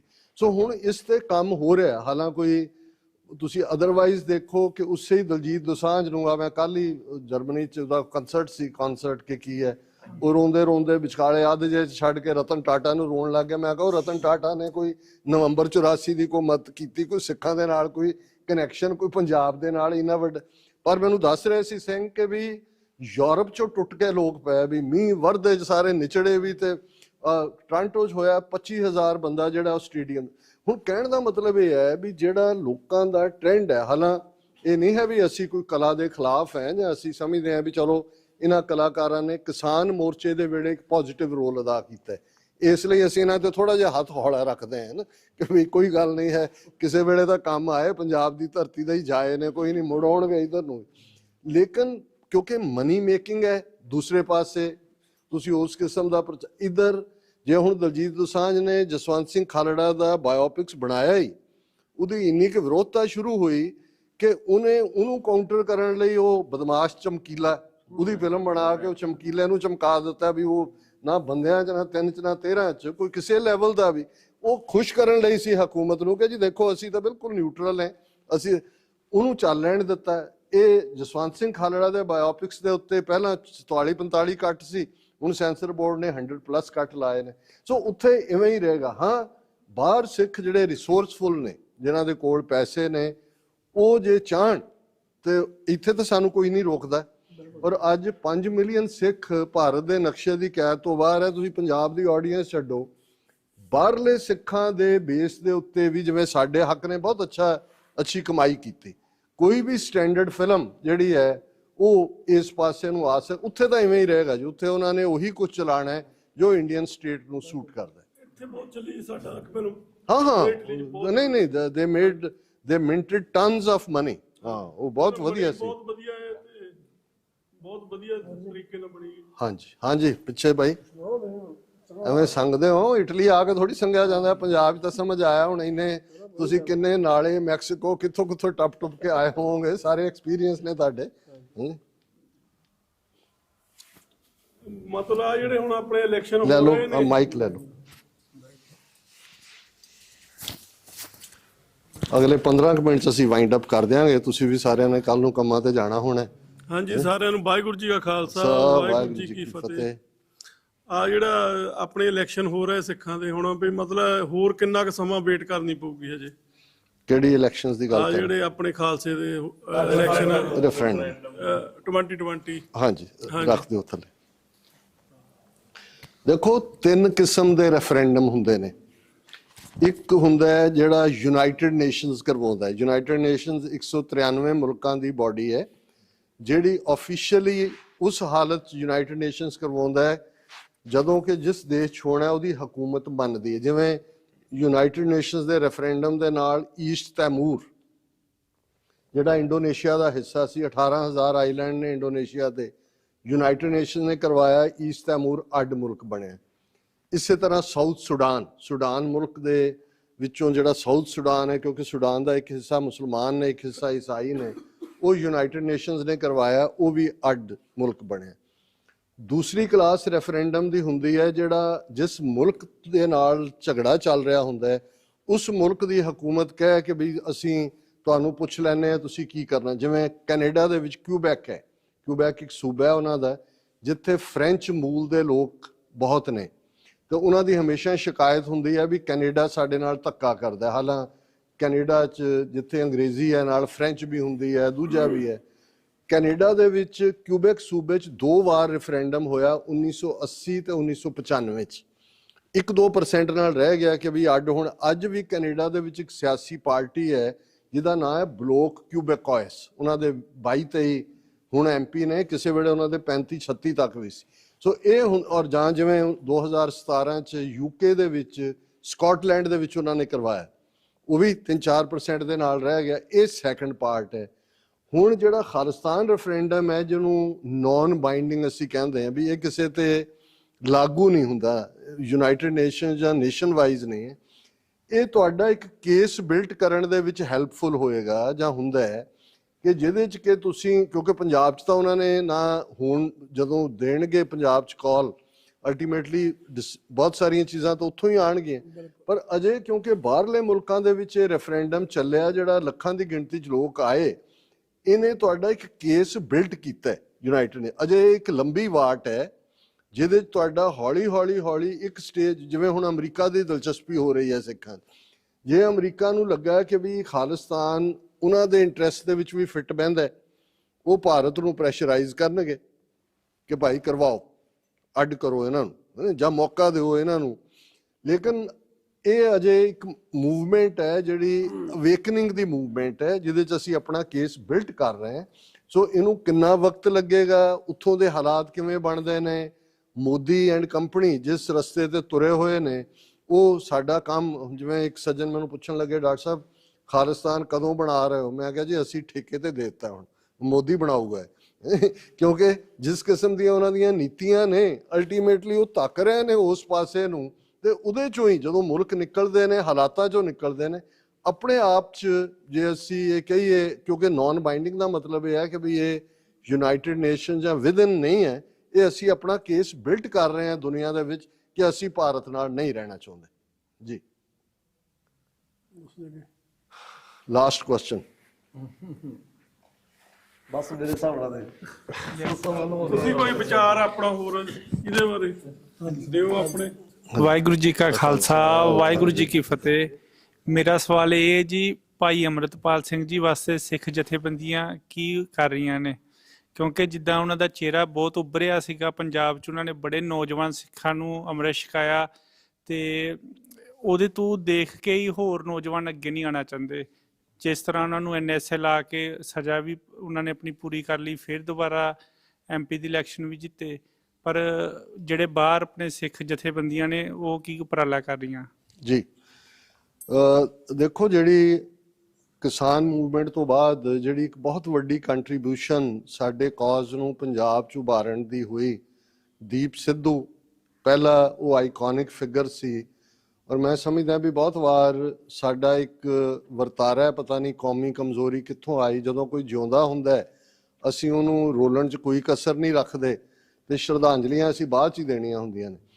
ਹੁਣ ਦੀਪ ਸਿੱਧੂ ਉਸ ਸਾਰੀ ਚਕਾ ਚੌਂਦ 'ਚੋਂ ਜਿਹੜਾ ਇੱਕ ਨੌਜਵਾਨ ਅੱਜ ਮੁੰਡਾ ਕੁੜੀ ਪੰਜਾਬ ਦੀ ਧਰਤੀ ਤੇ ਇਮੈਜਿਨ ਕਰਦਾ ਹੈ ਕਿ ਉਹਦੇ ਕੋਲ ਇਹ ਬ੍ਰਾਂਡ ਕਾਰ ਹੋਏ, ਉਹਦੇ ਕੋਲ ਇੰਨਾ ਪੈਸਾ ਹੋਏ, ਇੰਨੀ, ਦੀਪ ਸਿੱਧੂ ਨੇ ਉਹ ਸਾਰੇ ਮਿਆਰ, ਟੌਪ ਦਾ ਵਕੀਲ, ਟੌਪ ਦਾ ਜਿਹੜਾ ਉਹ ਫਿਲਮੀ ਕਰੀਅਰ, ਟੌਪ ਦਾ ਰਹਿਣ ਸਹਿਣ, ਪਰ ਉਹ ਮੁੜਿਆ, ਉਹਨੂੰ ਨਜ਼ਰ ਆਇਆ ਕਿ ਵੀ ਗੱਲ ਕੱਲੀ ਫਸਲਾਂ ਦੀ ਨਹੀਂ, ਗੱਲ ਨਸਲਾਂ ਦੀ ਵੀ ਹੈ ਜਿਹੜਾ ਸਾਰਾ। ਔਰ ਇਹ ਦੀਪ ਸਿੱਧੂ ਦੇ ਇੰਪੈਕਟ, ਭਾਈ ਅੰਮ੍ਰਿਤਪਾਲ ਸਿੰਘ ਜਿਹੜੇ ਲਗਭਗ 18 ਸਾਲ ਦੀ, ਜਿਵੇਂ ਭਾਈ ਸਾਹਿਬ ਦੱਸ ਰਹੇ ਸੀ ਵੀ ਇਹਨਾਂ ਦਾ ਪਿੰਡ ਹੈ, ਹਾਂ 18 ਸਾਲ ਦੀ ਉਮਰ 'ਚ ਘਰੋਂ ਨਿਕਲੇ, ਭਾਵੇਂ ਸਿੱਖੀ ਸਰੂਪ 'ਚ ਵੀ ਨਹੀਂ ਸੀ, ਲੇਕਿਨ ਦੁਬਈ 'ਚ ਹੁੰਦੇ ਆ ਉਹਨਾਂ ਨੇ ਕਲੱਬ ਜਿਵੇਂ ਇਹ ਚੱਲਦੇ ਨੇ, ਥਿੰਕਿੰਗ ਡਿਸਕਸ਼ਨ, ਉਹਨਾਂ ਨੂੰ ਕੀ ਖਾਸ, ਹੁਣ ਅੱਜ ਕੱਲ੍ਹ ਘਟ ਗਿਆ, ਫਿਰ ਇੱਕਦਮ ਕੁਛ ਸੀ ਇਹਦੇ ਲਈ, ਉਹਨਾਂ ਦੇ ਵਿੱਚ ਉਹਨਾਂ ਨੇ ਆਉਣਾ। ਔਰ ਪੜ੍ਹ ਕੇ ਬੇਸ਼ੱਕ ਫਾਰਮਲ ਐਜੂਕੇਸ਼ਨ ਉਹਨਾਂ ਦੀ ਹਾਈ ਸਕੂਲ ਲੈਵਲ ਦੀ ਹੋਏਗੀ, ਲੇਕਿਨ ਉਹਨਾਂ ਨੇ ਦੁਸ਼ਮਣ ਨੂੰ ਸਮਝਿਆ, ਉਹਨਾਂ ਨੇ ਸਿੱਖੀ ਵੈਲਿਊਜ਼ ਨੂੰ ਸਮਝਿਆ, ਔਰ ਜਦੋਂ ਉਹ ਪੰਜਾਬ ਵੱਲ ਮੁੜੇ ਉਹ ਇਸ ਮੈਂਟਲ ਐਟੀਟਿਊਡ ਦੇ ਨਾਲ ਹੀ ਮੁੜੇ ਕਿ ਭਾਈ ਹੁਣ ਕੌਮ ਦੇ ਲੇਖੇ ਲਾਉਣਾ। ਔਰ ਜਿਸ ਸ਼ਾਰਟ ਟਰਮ 7-8 ਮਹੀਨੇ ਦੇ ਪੀਰੀਅਡ 'ਚ ਉਹ ਅਵੇਅਰਨੈਸ ਲੈਵਲ ਪੈਦਾ ਹੋਇਆ ਕਿ ਹਕੂਮਤ ਘਬਰਾਈ, ਖਾਸ ਤੌਰ ਤੇ ਖਾਲਸਾ ਵਹੀਰ ਦਾ ਕਾਨਸੈਪਟ। ਕਿਉਂਕਿ ਦੇਖੋ, ਜਦੋਂ ਮੈਂ ਕਿਹਾ ਵੀ ਇਹਨਾਂ ਨੇ ਚਾਰੋਂ ਹਥਿਆਰ ਸਾਮ ਦਾਮ ਦੰਡ ਭੇਦ ਲਾਗੂ ਕੀਤੇ ਨੇ, ਨਸ਼ੇ ਇਹ ਆਪ ਮੁਹਾਰੇ ਨਹੀਂ ਆਏ। ਤੁਸੀਂ ਜਿੱਥੇ ਜਿੱਥੇ freedom movements with in India ਚੱਲੀਆਂ ਨੇ, ਸਭ ਤੋਂ ਪਹਿਲਾਂ ਮਨੀਪੁਰ ਜਾ ਕੇ ਦੇਖੋ, ਸਭ ਨਸ਼ਈ ਕਰਤੇ ਸੀ। ਹੁਣ ਤੁਸੀਂ ਦੇਖੋਗੇ ਕਸ਼ਮੀਰ ਦੇ ਵਿੱਚ ਜਿਹਨੂੰ ਸਬਡਿਊ ਕੀਤਾ, ਪੰਜਾਬ ਨਾਲੋਂ ਜ਼ਿਆਦਾ ਨਸ਼ੇ ਨੇ।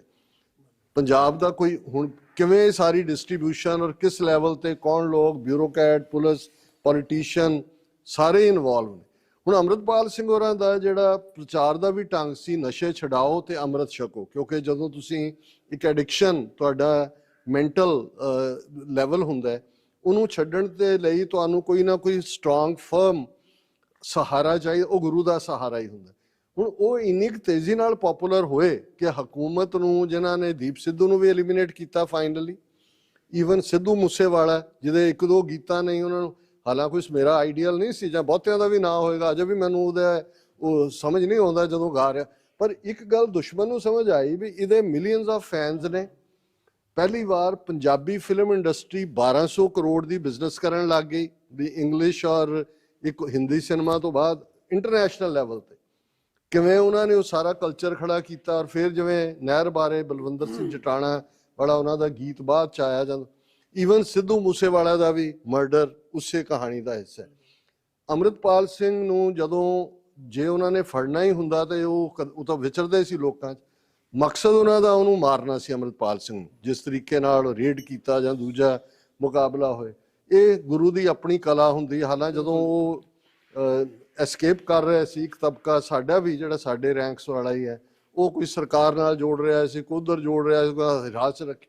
ਮੈਂ ਕਿਹਾ ਇਹ ਤੁਸੀਂ ਗਦਰੀ ਬਾਬਿਆਂ ਤੋਂ ਲੈ ਕੇ ਆਜ਼ਾਦੀ ਦਾ ਇਤਿਹਾਸ ਦੇਖੋ। ਮੈਂ ਕਿਹਾ ਕਰਤਾਰ ਸਿੰਘ ਸਰਾਭਾ ਨੇ ਕਹਾ ਜਿਹਾ ਮੁੰਡਾ ਕਿਵੇਂ ਮੇਰਠ ਛਾਉਣੀ ਦੂਜੇ ਤੀਜੇ 'ਚ ਘੁੰਮਦਾ ਫਿਰਦਾ ਉੱਥੇ। ਮੈਂ ਕਿਹਾ ਜਦੋਂ ਬਾਹਰ ਲਹਿੰਦੇ ਪੰਜਾਬ ਵਾਲੇ ਜਾ ਕੇ ਉਹ ਮੁਖਬਰੀ ਕਰਕੇ ਫੜਾਇਆ ਕਿਸੇ ਨੇ, ਉਹ ਸਾਰੇ ਪੀਰੀਅਡ 'ਚ ਉਨੀ ਤਾਂ ਹੁੰਦਾ ਵੀ ਅੰਗਰੇਜ਼ਾਂ ਦਾ ਉਹ ਸਾਰਾ ਪੱਤਾ ਵੈਰੀ ਹੈ, ਉਹ ਕਿਵੇਂ ਸਰਵਾਈਵ। ਮੈਂ ਕਿਹਾ ਵੀ ਇਹ ਅੰਮ੍ਰਿਤਪਾਲ ਸਿੰਘ, ਇਹਨੂੰ ਗੁਰੂ ਨੇ ਚੁਣਿਆ ਹੋਇਆ ਕਿਸੇ ਕੰਮ ਲਈ, ਇਹ ਸਰਵਾਈਵ ਵੀ ਕਰੇਗਾ ਇਹਦੇ ਲਈ ਵਕਤ। ਔਰ ਅਸੀਂ ਇਹ ਦੇਖਦੇ ਹਾਂ ਵੀ ਜਿਵੇਂ ਖਡੂਰ ਸਾਹਿਬ ਔਰ ਫਰੀਦਕੋਟ, ਦੇਖੋ ਇਹ 2 ਚੀਜ਼ਾਂ ਨੇ। ਜੇ ਇੱਕ ਤਾਂ ਸਾਡੀ ਇਮੀਡੀਏਟ ਫਿਕਰ ਹੈ ਕਿ ਜੀ ਕੰਮ ਕੀ ਹੋ ਰਿਹਾ, ਜਾਂ ਜਿਵੇਂ ਤੁਹਾਡਾ ਸਵਾਲ ਹੈ ਵੀ ਉਹਨਾਂ ਨੂੰ ਛਡਾਉਣ ਦੇ ਲਈ ਕੀ ਹੈ।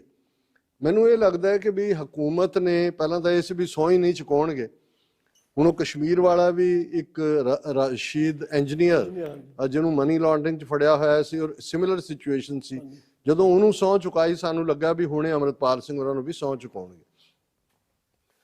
ਪੰਜਾਬ ਦੇ ਵਿੱਚ ਜਿਹੜਾ ਇਸ ਵੇਲੇ ਇੱਕ ਮਾਹੌਲ ਹੈ ਉਹ ਖੌਫ ਦਾ। ਜੇ ਤੁਸੀਂ ਕੱਲ ਦੀ ਖਬਰ ਦੇਖੀ ਹੋਏ ਕਿ ਉਹਨਾਂ ਦੇ ਨਾਲ ਦਾ ਸਿੰਘ ਜਿਹੜਾ ਥੋੜਾ ਬਹੁਤ ਵਿਰੋਧ ਵੀ ਕਰਦਾ ਰਿਹਾ, ਕੀ ਨਾਮ ਉਹਨਾਂ ਦਾ, ਹਰੀ ਲਾਸਟ ਨੇਮ ਹੈ, ਗੁਰਪ੍ਰੀਤ ਸਿੰਘ, ਹਾਂਜੀ ਹਰੀਨੋ, ਉਹਨਾਂ ਦਾ ਮਰਡਰ ਹੋਇਆ। ਤੁਹਾਨੂੰ ਪਤਾ ਨਹੀਂ ਪਤਾ ਹੈ ਕਿ ਨਹੀਂ ਕੱਲ ਦਾ? ਹਾਂਜੀ ਹਾਂ, ਦੀਪ ਸਿੱਧੂ ਦੇ ਨਾਲ ਵੀ, ਪਰ ਕਿਉਂਕਿ ਹਰੀਨੋ ਕਿਉਂਕਿ ਭਾਈ ਅੰਮ੍ਰਿਤਪਾਲ ਸਿੰਘ ਵਾਰਿਸ ਪੰਜਾਬ ਦੇ ਜਥੇਬੰਦੀ ਨੂੰ, ਮੈਂ ਦੀਪ ਸਿੱਧੂ ਤੋਂ ਜ਼ਿਕਰ ਇਸੇ ਲਈ ਸ਼ੁਰੂ ਕੀਤਾ ਹੈ ਕਿ ਵਾਰਿਸ ਪੰਜਾਬ ਦੇ ਜਥੇਬੰਦੀ ਨੂੰ ਹੀ ਉਹਨਾਂ ਨੇ ਹੈਡ ਕੀਤਾ। ਨਹੀਂ, ਉਹਨਾਂ ਦੀ ਦਸਤਾਰਬੰਦੀ 29 ਸਤੰਬਰ ਨੂੰ ਹੁੰਦੀ ਹੈ।